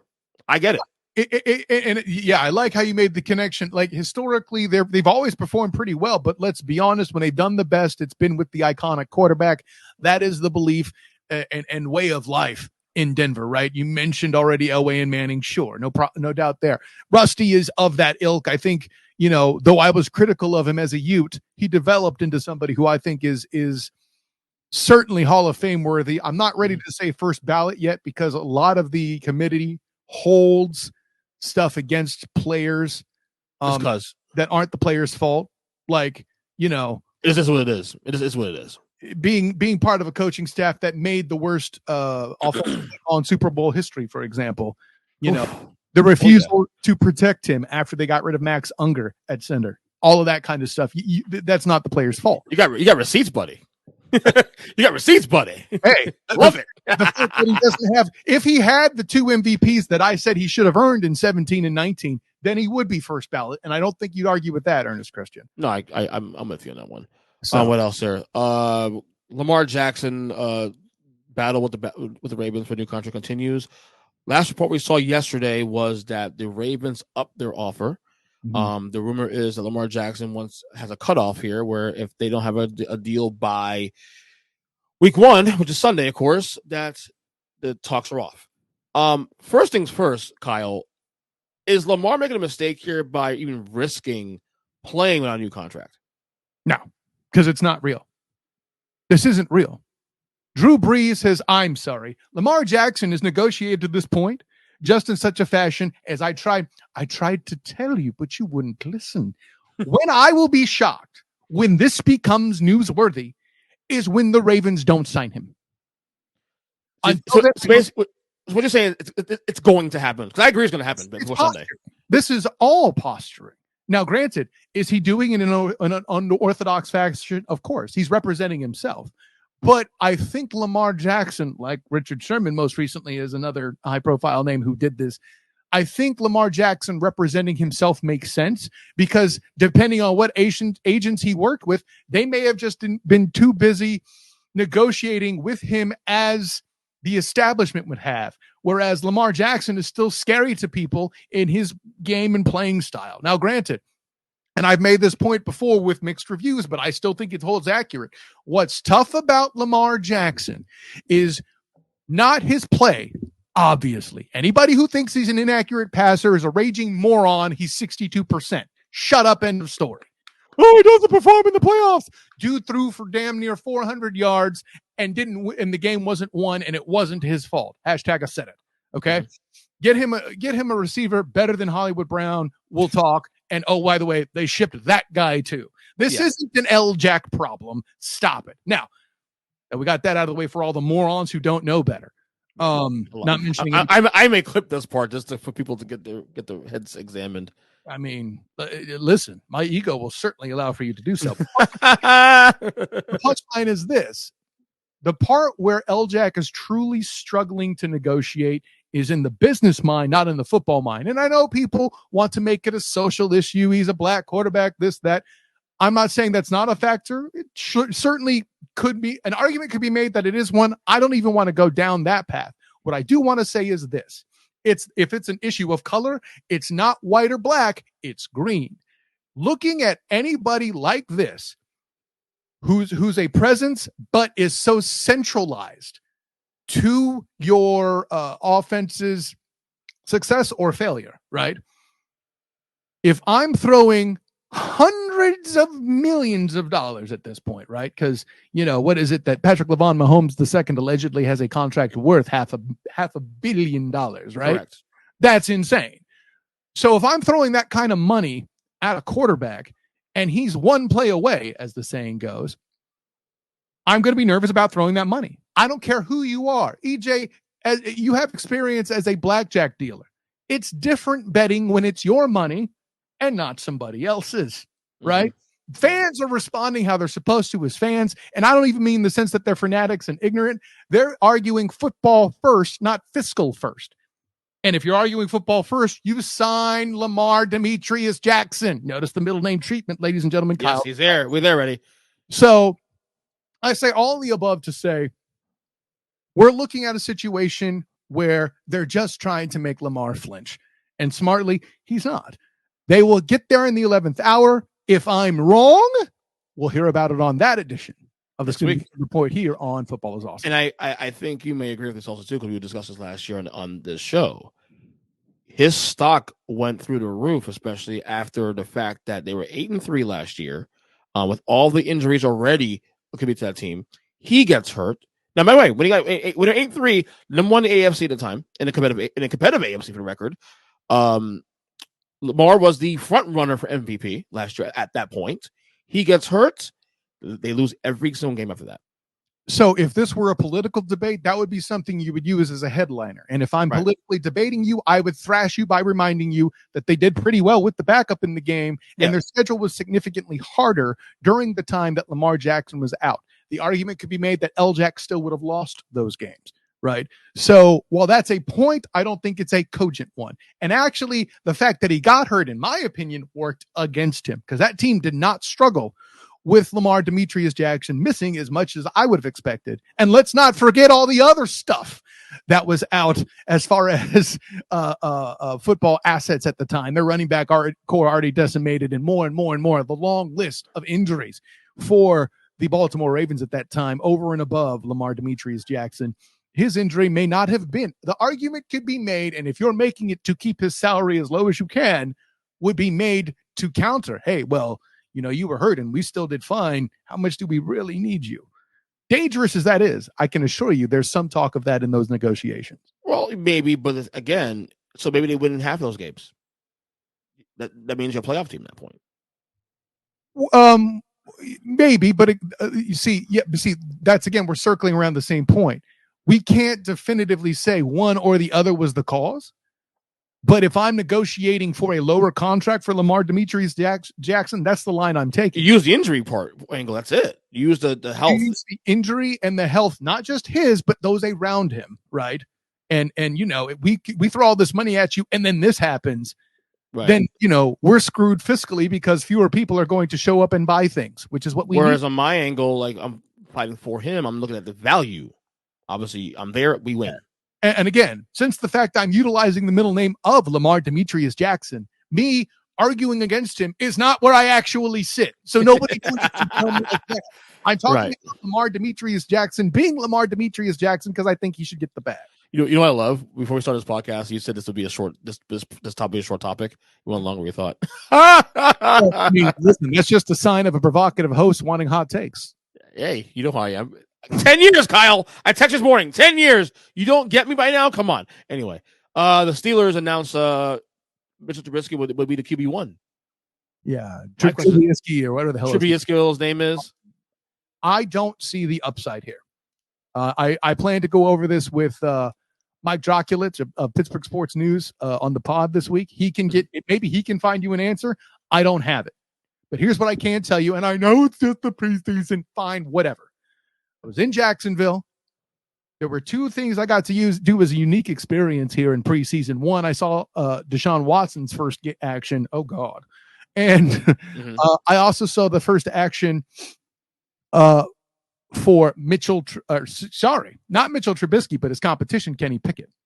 15 minutes of the first half, Trubisky and the Steelers offense were struggling against the Jacksonville Jaguars defense, which is better than advertised, but certainly not world beating. They're certainly not the 49ers, for example. No offense.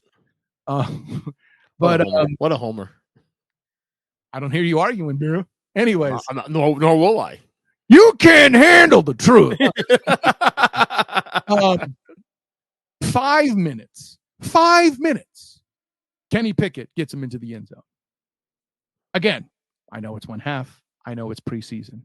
But at the very least, based on what I've heard from camp, based on what I've seen in the field, which isn't everything. I don't cover the team that closely. That's why I'm having Drax on to discuss that.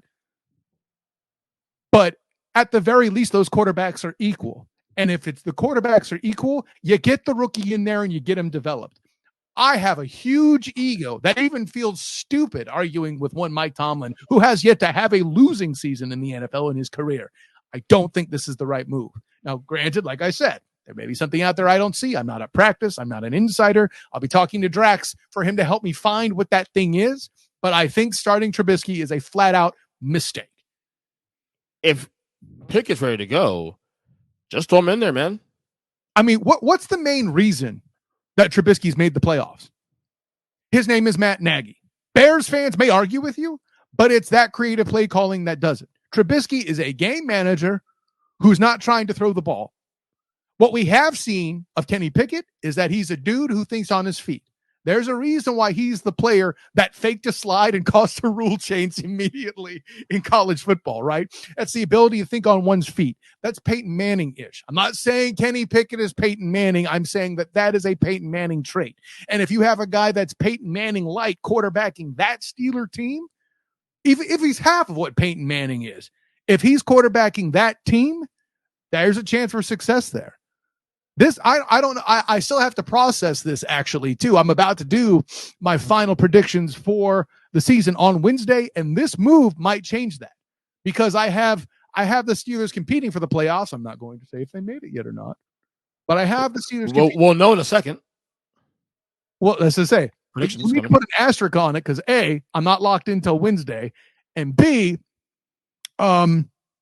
this move may change my thinking a bit because I have no confidence in Mitchell Trubisky, no matter what GWSTWLIOG Stelio has to say about it.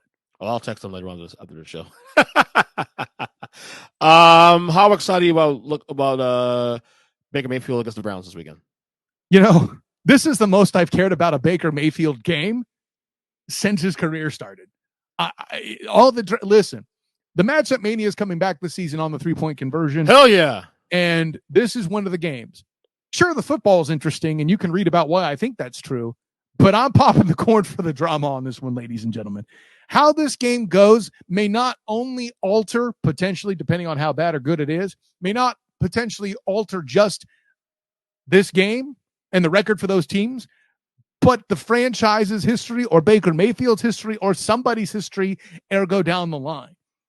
There's a lot riding on this game. We just don't know it yet. And I plan to track back to it depending on how things go moving on. Should be a fun game. All right, let's do it. Predictions, divisions, wild cards. We'll get into obviously MVPs, all that. Real quick. I guess if you want to rapid fire this, we can rapid fire this real quick. Bring it up real quick. Give me an AFC East prediction. Who wins it? It's the Bills, and it's not close. Oh yeah. By the way, I had the opportunity to talk to wide receiver Gabe Davis of the Buffalo Bills, UCF grad, as he was on the sidelines on this past Thursday night as UCF hosted South Carolina State with the black and gold banneret, of course, and let him know I might be doing a little bit of your show spoiler here, but I whispered to him that I have predicted him to wear a ring this season. Yeah, I also have them winning the whole thing. All right, AFC North, go. This one's hard. You can interchange Baltimore or Bengals. I put down Baltimore simply as a creature of habit, but Bengals will be a playoff factor. We'll get into that in a minute. Absolutely. AFC South. AFC South. I have the Titans. And listen, most of this, we've had the long conversation of what happens when I believe in Matt Ryan. He lets me down. Okay. So you want to go every single time. Do you want to have this fight we had this morning on text? This is a better offensive line than he's ever had. This is a better run support than he's ever had. He has the potential to do what Brett Favre did in Minnesota his first year back. Have the single best season of his career statistically over and above MVP silliness. The punchline is this. He left Atlanta so he wouldn't end up having a career losing record. And listen, we saw what the Colts did with Phillip Rivers. They damn near beat the Bills that year in the playoffs, right? Yeah, no. That being said, there's certain things on the schedule I don't like. They have the Raiders, for example. A high-powered offense is the death of a team like this. So let's go inside about real quick. We'll pause this for inside baseball. What our text exchange this morning started out with the Titans and you do not refer to. And I basically said inside baseball, bitch, please. Inside baseball. No, the Mets in first place. That's Shut a up. beanball when you talk. Anyway, so I've said I've been on record saying the last couple of weeks that the Titans will be taking a major step back. You disagree with that? Major. That's your problem. They're winning at least three less games in my opinion. Qualify as major? I'm asking you. I think it's major. For number one seed to not missing the playoffs, that's a pretty big step back. Couple things. This year's schedule just a touch harder, in my opinion. So you got Packers in there. You got Raiders in there. Right. Even the 50-50 games, and we argued this too because you gave me shit. I said the game in Washington is a 50-50 game. You're an idiot. I'm not even going to binge 50-50 game. Out of your goddamn mind. For one, they'll be bitter at Carson Wentz for costing them a playoff spot. For two, their defense is a lot better than you're giving them credit, and that defense will also be pissed. And Cowboys game 50-50 as well. Without Tyron Smith, the Cowboys are trash, and I'll explain that more. But that game took them out of contention in the NFC East. Wait, but that game is also being played in December when Tyron should be back for the team. And forget that. I'm not sure that they'll be back to form in such a fashion. There's a lot of psychology there. And by the way, I don't think Tyron Smith's the only guy that's going to get hurt and cause problems for this team. Bills on that schedule, Packers on that schedule, Raiders on that schedule. I can see the Jaguars getting a game away from them. I can see Indy taking one, not two games from them. I can see Houston winning the game because they did it last year with a number one seed in the AFC. Right, and then they also counteracted it with a win against the Rams, if I remember correctly. Listen, if you're trying... In fact, we're making a case. We're doing the reverse thing we did last year with the Titans last year. Remember last year where I was a little bit higher on Titans by default thing, and you no, they're overrated, and we kind of were sort of on the same page. But I was defending them more because the fact that they had some quality wins. And you couldn't get off the Chiefs for 30 seconds. But listen, but it's the Chiefs, though. Come on, it's not so much a condemnation. Sorry, it's not so much of a support of the Titans. I'm just not as confident in Matt Ryan getting that job done and doing what needs to be done. The Jonathan Taylor has to be super successful, which can happen. For that to take place. Likewise, do I have more faith in the Titans defense than I do the Colts? I mean, there's a lot of similarities in this makeup, but while I'll put it this way, the games you pointed out in the Cowboys, the Eagles are a tougher matchup than people are giving them credit. There's another 1-2 on there too as well. Eagles. You don't hear me arguing that. The Eagles are right on. Get out my face with the Red Tails. Sorry, Commodores. Sorry, Commanders. Get out my face with the Cowboys. I'm just not convinced. Okay. I know you're a Cowboys fan and everything, but I know someone has to bring you back down to earth. More appropriate that it's somebody wearing this cap doing it, considering the Cowboys, but I digress. All right, AFC West, go. The Chargers, by default. The reason for this is because simply their schedule is just a little bit easier than everybody else's. All right, give me your 3 wild cards in order if possible. 3 wild cards for the AFC. That would be in this case, the Bengals. Okay. Right? Or actually, I can't read my own writing. I'm so sorry. I have to make myself a liar. I have to step back on something. I do have the Bengals winning the AFC North. So the Ravens are the wild card then. The Ravens will be your top wild card. Yeah, like it. That's how interchangeable they are. You know. Then I have the Raiders, the Broncos. Ooh, sexy. The Chiefs just missed the playoffs. I can see that with 10 wins. The Steelers just missed the playoffs with 10 wins. I can see that. No Dolphins? No?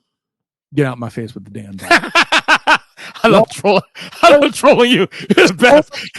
It's not just you. Here's the problem. There are other contrarians out there whose names I won't mention that are Dolphins homers in a way they'll just... I got in the playoffs, so I'm going to tell you now. Yeah, and you've been wrong before, and you will be again. It's a thing. I'm always wrong once in a while. But, yeah, right. Once in a while, each day. But while people are talking about the offensive line adjustments they made, it's not enough. And Tua needs that kind of protection. Mm-hmm. It's nice that they have Tyreek Hill. I think they'll make some plays. They will compete. They're not going to get in this year. The schedule's just too tough. Okay. NFC East, go. NFC East, Eagles. All right. NFC North. Tyron Smith changed my mind. It was going to be close until that happened. Okay. NFC North. NFC North, the Packers. However, it'll be on tie breaks. Both I agree. 11 wins. I agree. I'm the same way as you. Tiebreaker.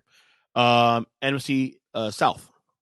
NFC South, listen, it's Brady and company. I don't care how many O-linemen they got. The only reason it's close is because Jansen's out, Wirtz is out. They lost one guard to retirement, if I understand correctly, and they lost another to the Bengals. So I think the real conversation here for the Bucs is that they'll win the South. I'm over that. Yeah. But I think that number 2 seed is opened up now in the NFC. The Bucs teetering with the O-line issues, it could be an opening for a team to take the number 2 seed in the NFC. I'll put it this way and give a little bit of a spoiler of the fate of the Bucs. The Bucs will do what Brady has done throughout his career. The moment he doesn't have a playoff game at home, he's done. That's what will happen this year. Okay. NFC West. NFC West, listen, by default, it's the Rams, simply because the 49ers are such a mixed bag. I have the Niners at 10, but the Rams, despite their schedule, they just have too much. The Rams should be a runaway NFC number 1 seed. Should be a runaway. Should be at least 13 wins.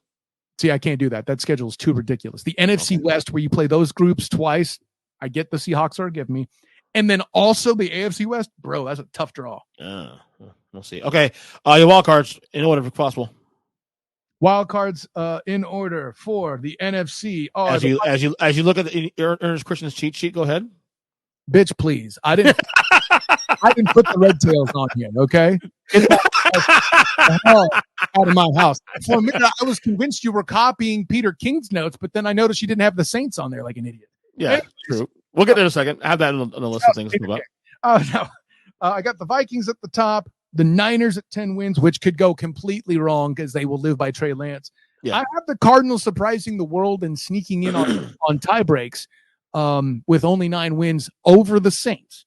The reason for that is they will struggle in more AFC contests than NFC contests. And at the end of the day, the tie break will come down to conference record for those 2 teams where the Saints will falter. Yeah. I'm with you on that. I think if Arizona can withstand the first 6 games at Hopkins and go at least 3-3, they should be okay. Well, I predict 3-3. They will start 0-3, but the other night I had Sensei Jeff Barnes of Nuts and Bolts Sports come on and kind of analyze the Cardinals with me. He seems to think they can go 4-2 in those first 6. I don't see that happening. They think too much. Okay, so let me look up real quick the Peter King thing here that we talked about this morning. Peter King, of course, formerly Sports Illustrated, Monday Morning Quarterback, the whole 9. He had some shocking revelations about his predictions for the both the AFC and NFC. Here's the NFC one right here. Give me one quick second. I'm going back in this list because you posted this morning. Wait to keep it prepared there, EJ. Well done. Huh? Way to keep it prepared. Well done. No, I couldn't. Okay. Here's the AFC one real quick. The AFC one, he has number 1 seed, the Bills. He has the Ravens, that's number 2 seed. Awesome. The Chargers, the 3 seed. Yep. The Titans, the 4 seed. That's basically what I got, except I have the Ravens switched. Right. And then his wild cards are the Chiefs at 5, Mhm. Bengals 6, Dolphins 7. So the only thing, again, if I'm wrong about the Dolphins O-line, he's right, and I'll leave it at that. All right, where's one from last night? There it is, right there. There he goes. His NFC picture is number 1 seed is the Saints, 2 seed is the Packers, 3 seed is the Eagles. Stop. Okay. The number 1 seed is who? The New Orleans Aints. Apparently, it ain't because they at the top. Okay, so like, correct me if I'm wrong here. Wins does he have for the Saints of New Orleans? 12 and 5. Stop Like, it. correct me if I'm wrong. Did Sean Payton come back to the team? That is, I see what you're doing there in this question. Well done.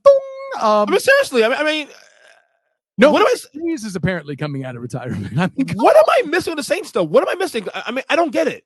Their defense is better than you're giving them credit. No. That's the only thing I'm giving credit for is the defense, really. Which is ironic because I know on this podcast, in its many forms over the years, that we used to refer to them as a prom date team, right? Yep. And for reminders of who don't know what that are, for reminders for those who don't know what that is, a prom date team is somebody who can score easily and doesn't stop anyone from doing it. Okay, so you expect Jameis Winston to do that?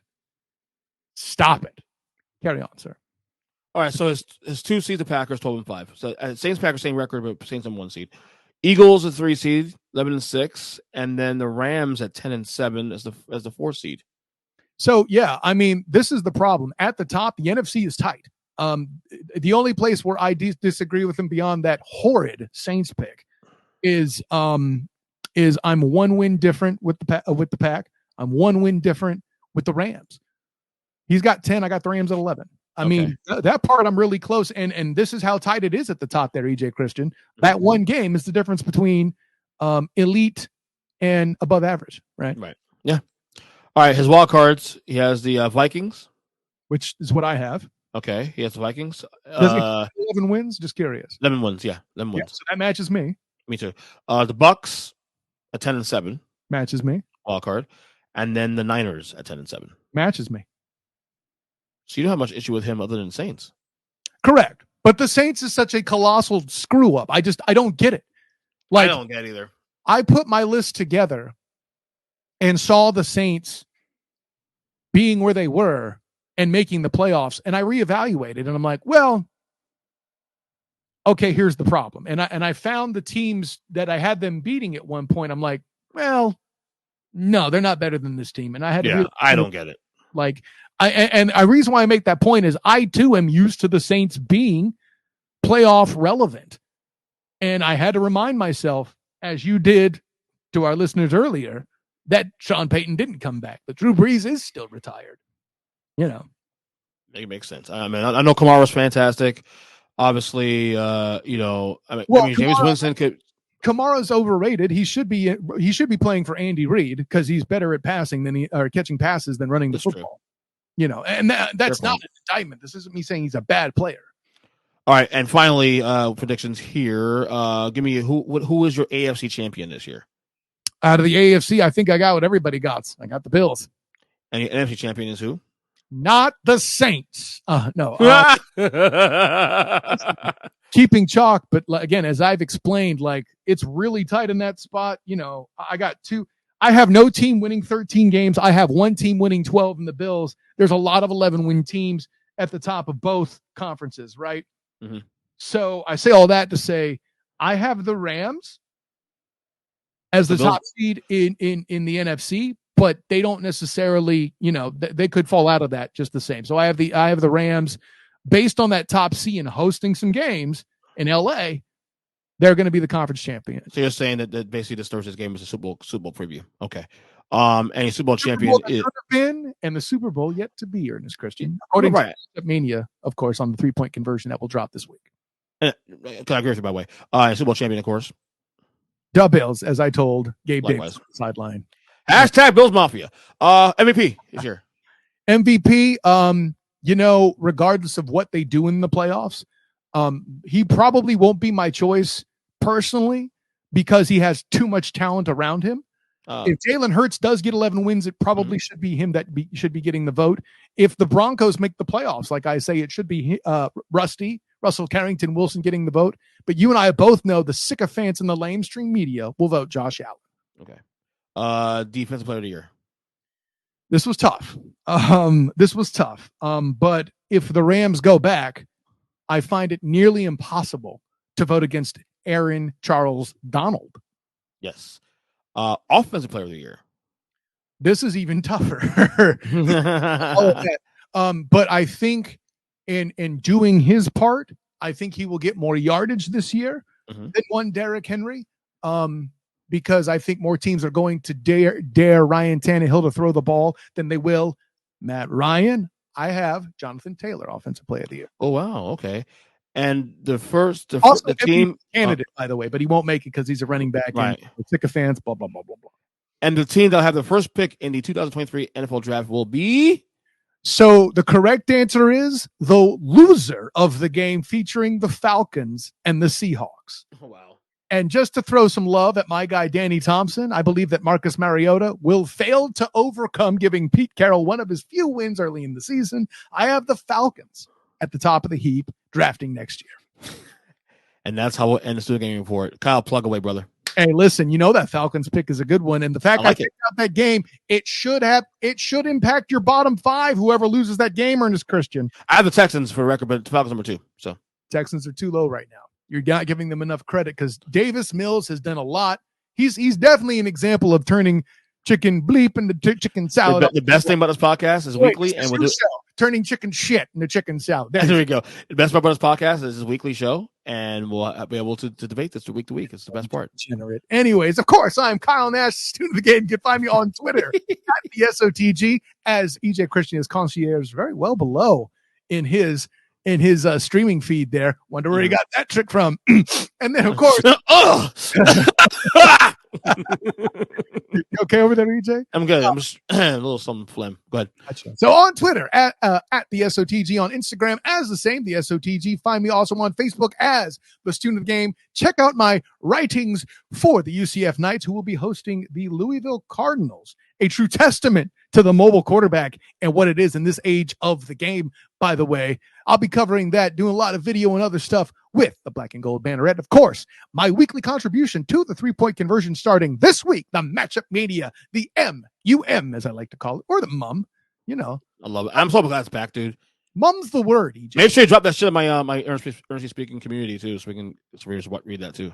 Oh, yeah. You mean just like I did my AFC South preview that I just dropped for the Just like that. Just like that. Yes. Oh, me. That's right. It's called teamwork, bitches. Let's go. No, actually, wait. This is your show. I can quote Tenacious D, and my name is Kyle. That's fucking teamwork. So, see, you're a rock band guy. You know what I'm talking about. Play that bass. You already know how I feel, brother. Come on. And of course, check out my work as well with Demosthenes Euclid. What's going on with that? He's getting married soon.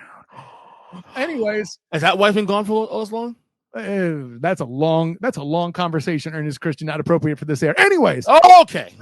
Check out Hilarity by default, like you see on the mask behind me, the YouTube channel for Required View, and of course, check out my work with A7BN Sports, Captain and Company Morning Show, Captain Chris Hill on oldschool101.com. Kyle, it's gonna be back, brother. Hey, year. It's a great year. Listen, this I can tell you haven't done your top teams, your power rankings yet. I haven't had a thing. No, I already did. I recorded my power rankings with Michael a while ago. I haven't seen them. Stop being so selfish. It's all I'm gonna plug it. Do you want to wait to see tonight? Or you want to wait till? No, I'll let you skate 1 week. I'm asking. It's 32 teams. I'm saying. We're going to talk about it. I mean, we could do. It's your show, man. I don't know why. I'm just saying. Do you want to see the rankings now before you so you dissect it? Do you want the content? That's the question I'm asking you. It doesn't matter to me, buddy. I mean, I give it to you. I'll text it to you right now. Yes, I have the phone right here. The sign of a great host. It doesn't matter to me. No, I'm just saying. Like it's gonna go up some point, but like we can do the reveal and huddle up tonight too, especially. Because this show's not going up until like Wednesday morning, Tuesday night, Wednesday morning. So, I mean, listen, I'll put it this way. I like the 1 week. Give him some suspense for the tongue lashing that normally is for next week. So, and by the way, shouts to Ms. Christian. Happy birthday. Yes, my queen. So, great job, Kyle. I'll see you tonight on Huddle Up. Hey, honor, joy, and privilege. Thanks for having me on board. And by the way, don't forget Student of the Game podcast drops. That's right. Night, guys. Prediction. But, we didn't promote that. You're back at podcasting again. You have your own show again every Wednesday. Mm-hmm. So Wednesday at 9 is when the stream drops, but you could also find it on Spotify and Apple Podcasts. That's finally around. Dude, RSS feeds are more complicated than they should be. I'll leave it at that. I'm having an issue with this show was supposed to be on its own feed, but I have an issue with this. I just throw it back on our speaking podcast feed, so whatever. Your ability to handle IT troubleshooting is not relevant here. What is relevant is me locking in predictions for the 2022 season on this coming episode. So whatever you may hear now may change. I already pointed out how Trubisky's making me shake a little bit. I make my mind while I'm talking to Mike Drokulich about the Steelers, and that could determine their fate. I could change completely there based on that, to be honest. But get the final lock-ins there, get the first week of predictions in for NFL games, and of course, some talk on the expanded playoff. We have the Orlando Sentinels, Justin Beatty on, and my friend, fellow Black and Gold Banneret participant, by the way, Drew Glukov, talking some Baker versus Browns. It still feels weird to say, and all that other nonsense and good times coming up on this week's edition of the Student of the Game, Wednesday night, 9 p.m. Eastern, streaming on the Student of the Game Facebook Live and on Twitter, on the Huddle Up Podcast YouTube channel, just a number of places. Yeah. If you're not there, you better ask somebody. But yeah, EJ, I'm gone on long enough, man. Until next time, brother. Class dismissed. Go Heat, bitch.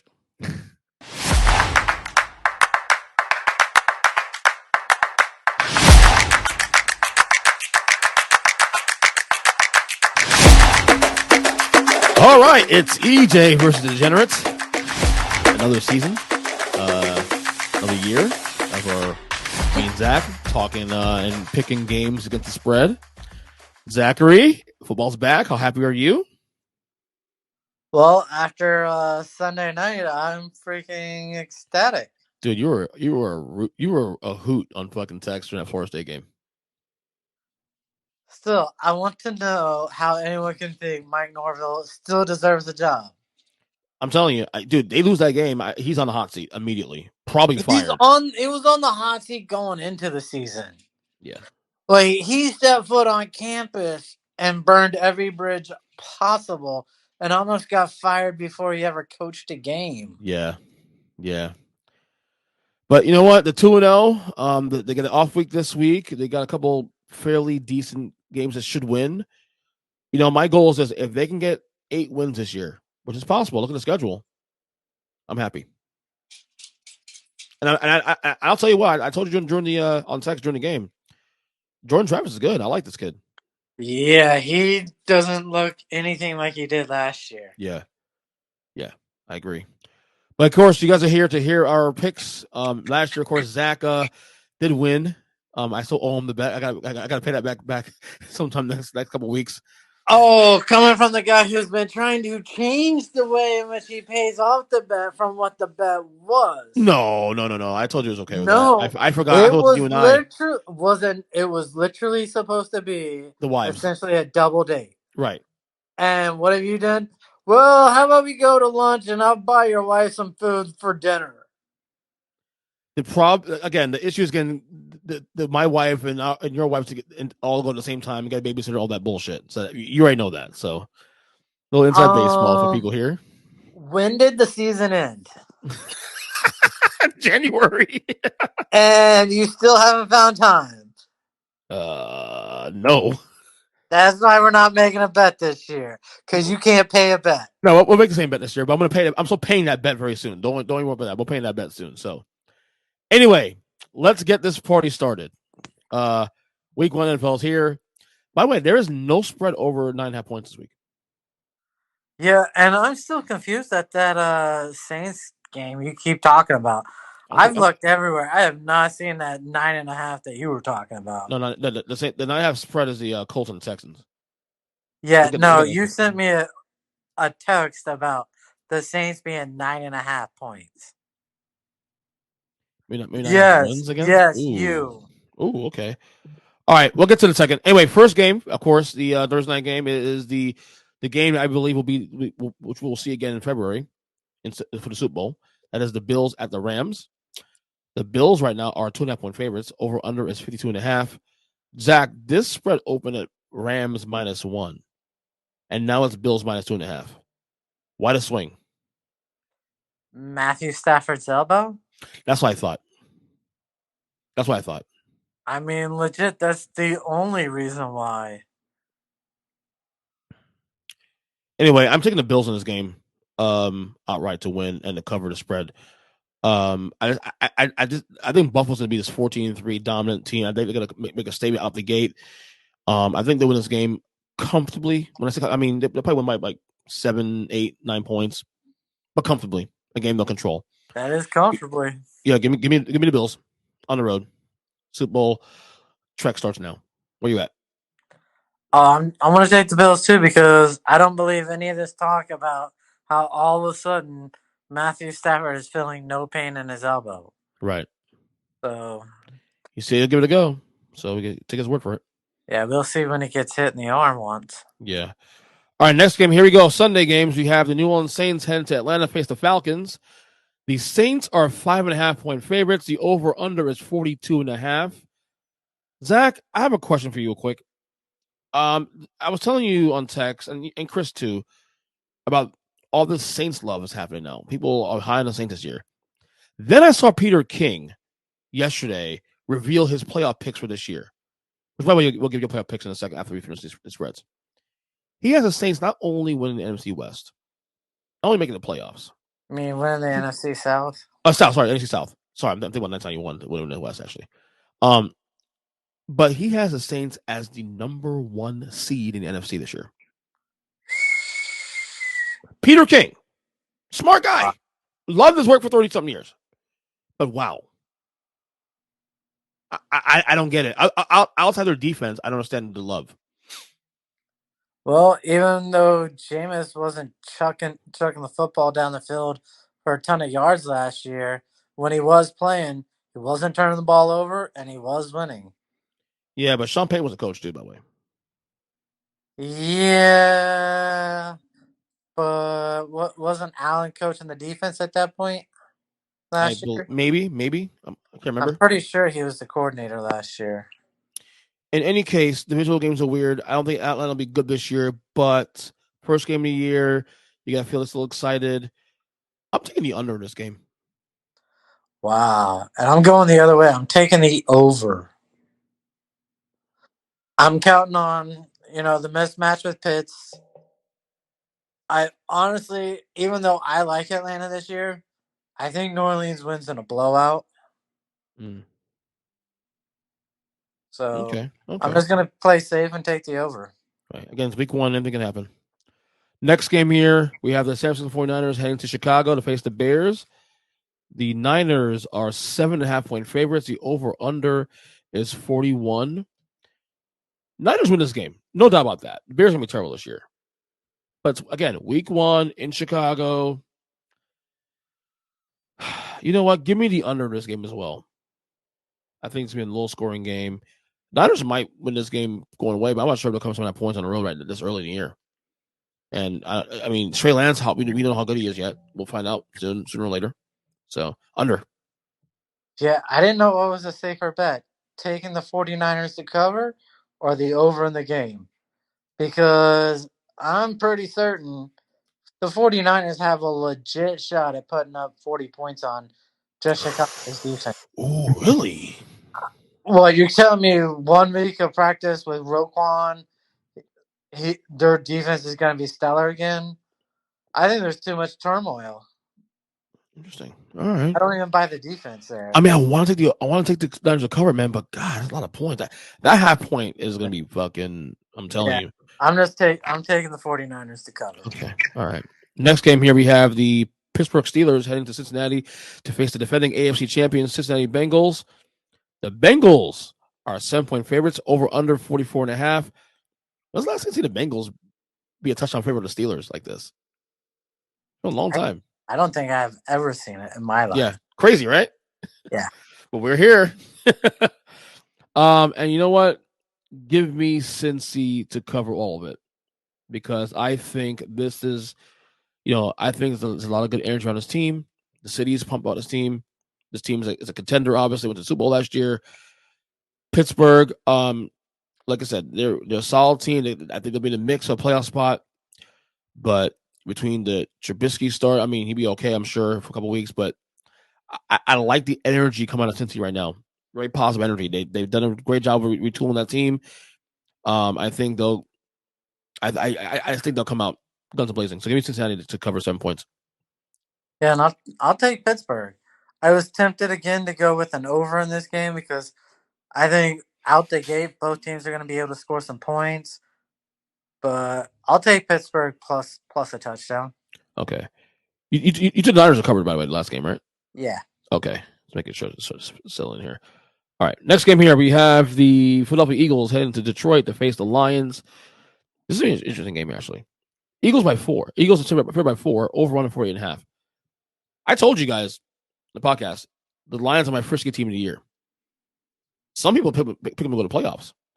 Mikey B on our early segment on this podcast said that's his playoff team.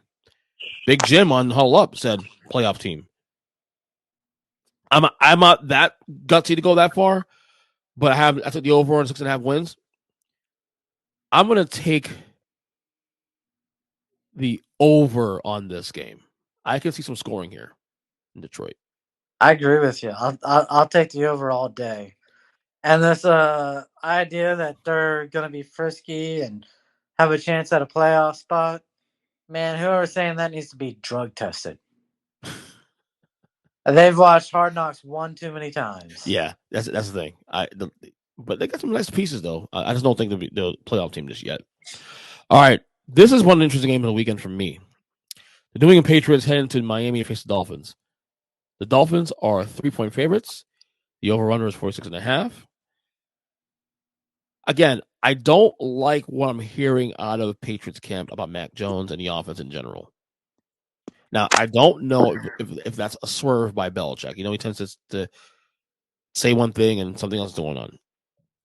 So I'm going to go and take Miami, and I'm going to think that is what it is. I mean, I think the Dolphins. I think the Patriots. This is the year they really,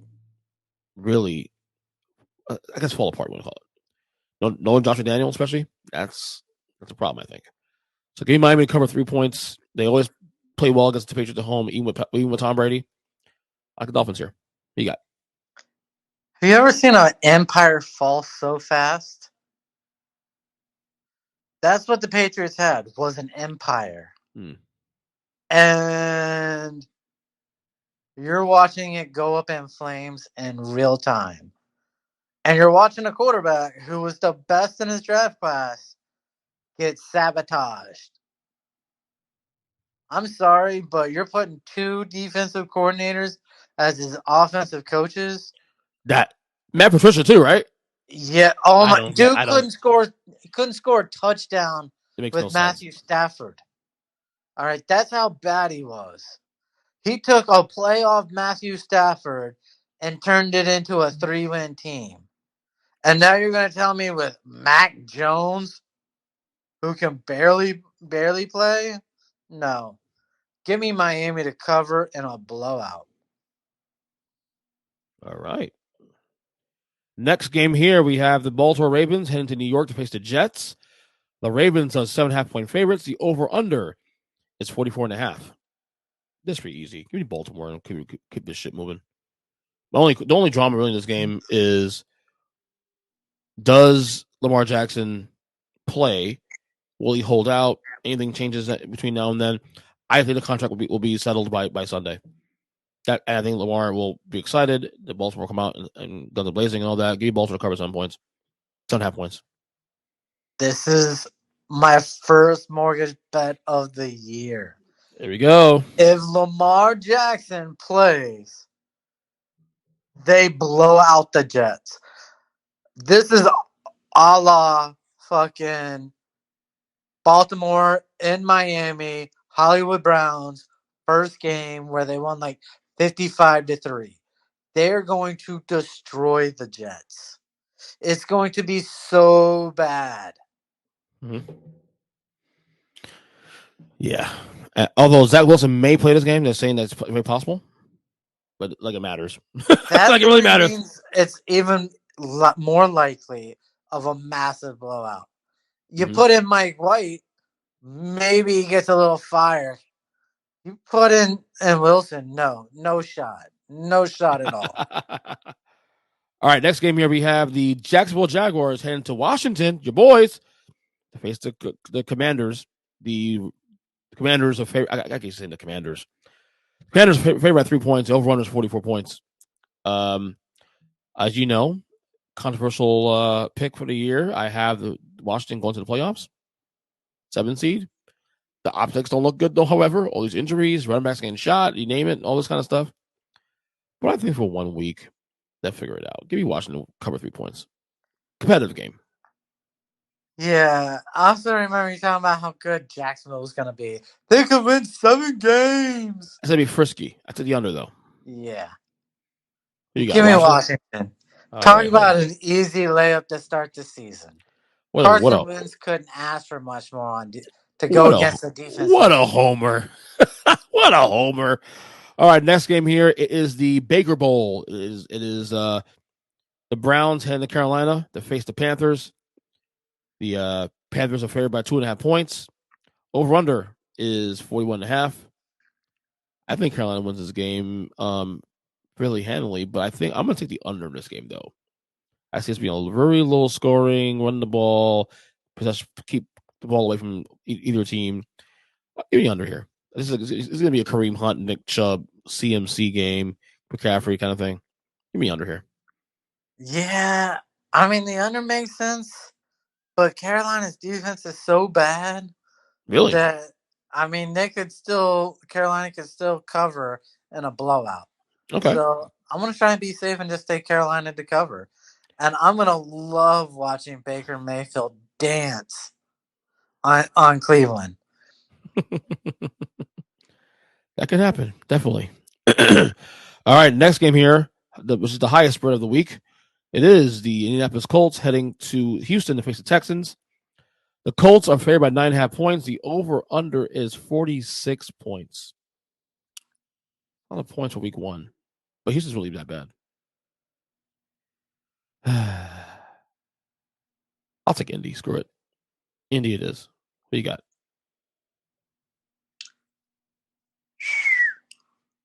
A lot of points, though. I get it. You know, there's a little bit of me that likes Davis Mills. Yeah. And there's a huge part of me that just hates Matt Ryan and thinks he's been overrated his entire career. Mm-hmm. You know what? I'm going to give you a win. I want to take Houston plus the points. I knew you were going to do it. I knew it. All right, next game here we have the New York Giants heading to Tennessee to face the Titans. The Titans are favored by 5.5 points. The over-under is 43.5. I'm going to call right now. Upset of the week. Give me the Giants. I already told you, Titans are going to have a down year this year. Upset of the week. Give me the Giants. Not only they cover, they win the game outright. You do realize you can have a down year and still win in a blowout week 1, right? Yeah, and I think the Tennessee down year starts right now.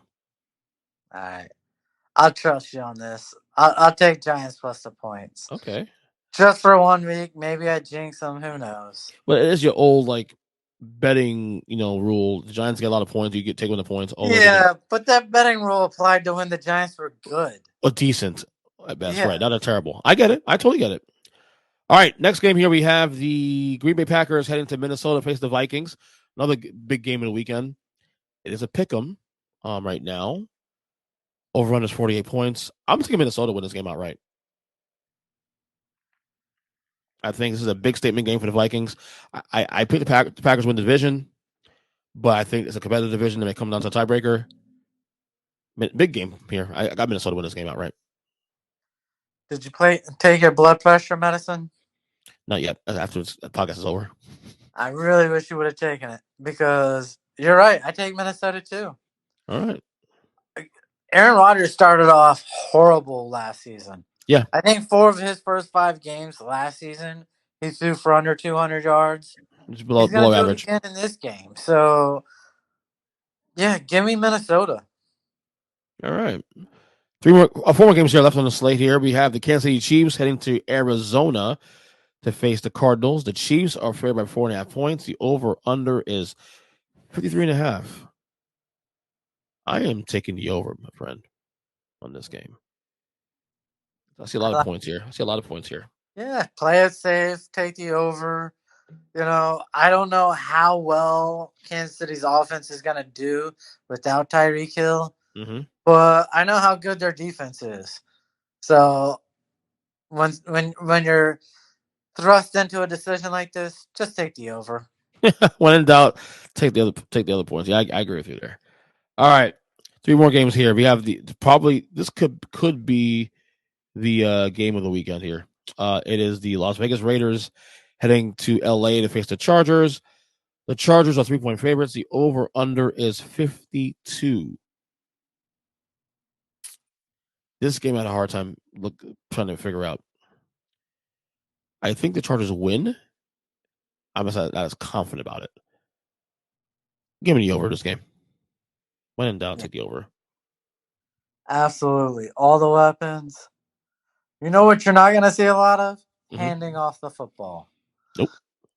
All you're going to do is the running backs catching the ball 20 times, 40-yard passes down the football field. I mean, it's going to be big play, big play, big play. It's the Herbert and Carr show, buddy. Go the over and feel safe. Yep. Herbert and Carr show. All right. Sunday football, we have the Tampa Bay Buccaneers heading to Dallas to face the Cowboys.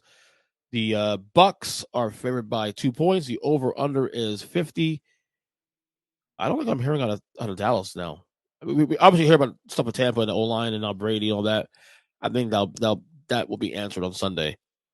Well, what I'm hearing about Dallas now out of nowhere. A lot of concerns there. I'm taking Tampa to win this game outright and the cover. I think Brady's gonna have a huge game. I think he's thirsty to get on the field for a game that actually matters. Give me the Bucks. Yeah. This game came down to a field goal last year. Right. Brady had all his weapons, whole offensive line to start with. No, give me Micah Parsons. Give me Dallas. Wow. I'd take Dallas to win.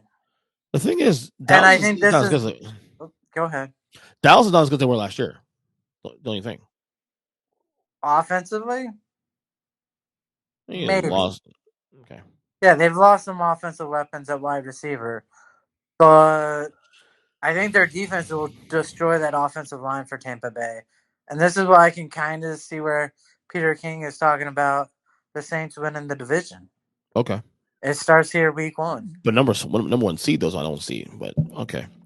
And finally, last game, it is the return of Russell Wilson to Seattle. It is Denver Broncos heading to Seattle facing the Seahawks. The Broncos are 6.5-point favorites. The over-under is 43 points. This is easy. Give me Denver. Seattle sucks. They're going to be the worst team in football this year. Or one of the worst teams in football this year. Could you imagine getting 2 mortgage bets in 1 week? Mm-hmm. I mean, the gambling gods are shining on you. Yeah. So, I need money because I only have money from my mortgage. So, I need your mortgage because I got to put it down on this game as well. Give me Denver. Give me Denver to cover by 20. It's going to be terrible. Geno Smith, I don't even know if he'll complete passes. I'll even tease it up.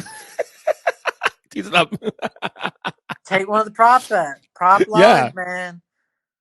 -5 or +550 on a minus 20 line. Man, do it. Go crazy. So your mortgage bets of the week are as follows: Baltimore to cover against the Jets by 7 points, and the Broncos to cover 6.5 points against the Seahawks on the road. Yes. I like it. All right, before we get out of here, as I did all throughout the show with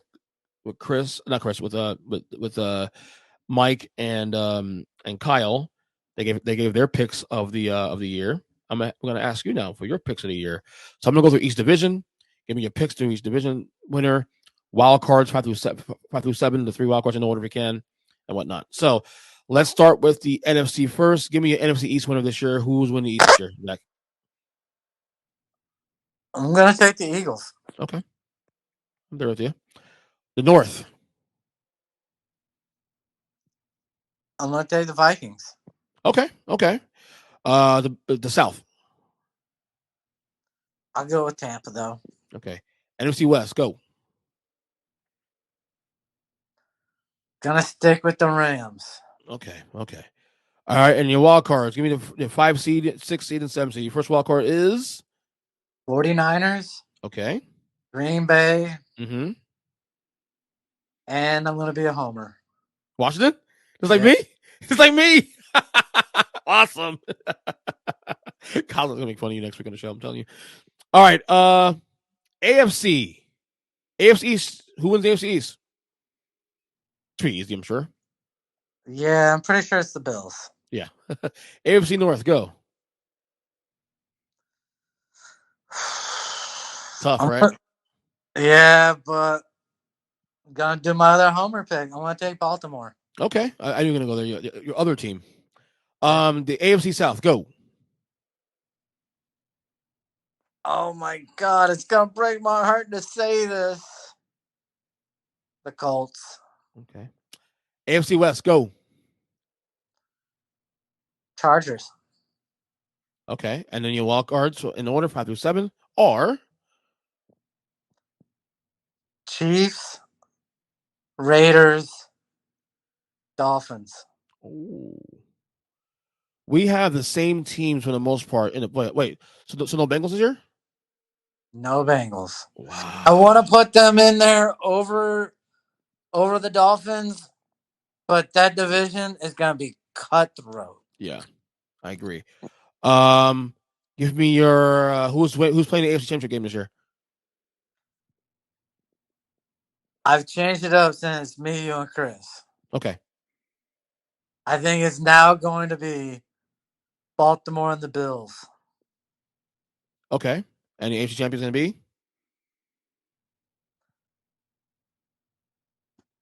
I gotta go completely changing it up. I gotta take Baltimore. Yeah, Baltimore win the Super Bowl this year? Wow. Yeah. I love it. Lamar gets his money. Lamar gets your ring. Thanks for buying in. Appreciate it. I love it. NFC Championship game. Who plays? I think it's gonna be Rams. Rams Packers. Okay. Or no. Rams 49ers, excuse me. Okay. And that's like last year. And the champion of the conference will be who?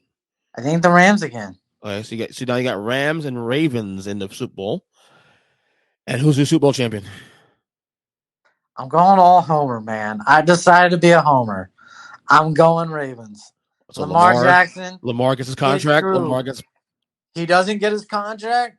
They have to franchise him, and he's gonna fuck the franchise after winning a Super Bowl. And be beautiful to see because he deserves the money. Yeah. All right. MVP. MVP is gonna be Josh Allen. All right. Defensive player of the year. I think Micah Parsons. Okay. Offensive player of the year. Stephon Diggs. I like that. And the team that will have the 2023 number 1 pick will be Chicago Bears. Oh, I like that. They're gonna be bad this year, I think.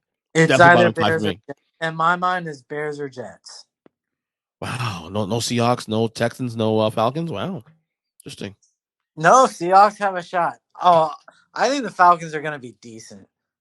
I've already said I think they can compete for the season, maybe win 6 to 7 games. Oh wow, okay. Your takes are pretty interesting, actually. A little more out of left field, but I like it. I see Chicago as having nothing on offense, literally nothing, whereas Seattle's got a little something on offense, and the Jets got a couple weapons and they got some defense. So they shouldn't be terrible. Not like horrible, horrible, horrible. Whereas I think the Bears at best win one game. Yeah. I think Seattle and the Jets, they both could win 3 games possibly. Right. And we discussed that on the Over Under podcast a couple weeks ago. Yeah, it's very possible. All right, man. So again, week 1 in the books. Week 1 picks in the books. We obviously got that coming up in a matter of days. Zach, good luck on your picks. And we're back here next week with the same old back and forth of EJ and Degenerate as always. Good job, Zach. Yeah, just remember I need your mortgage money. I know. Good job, man.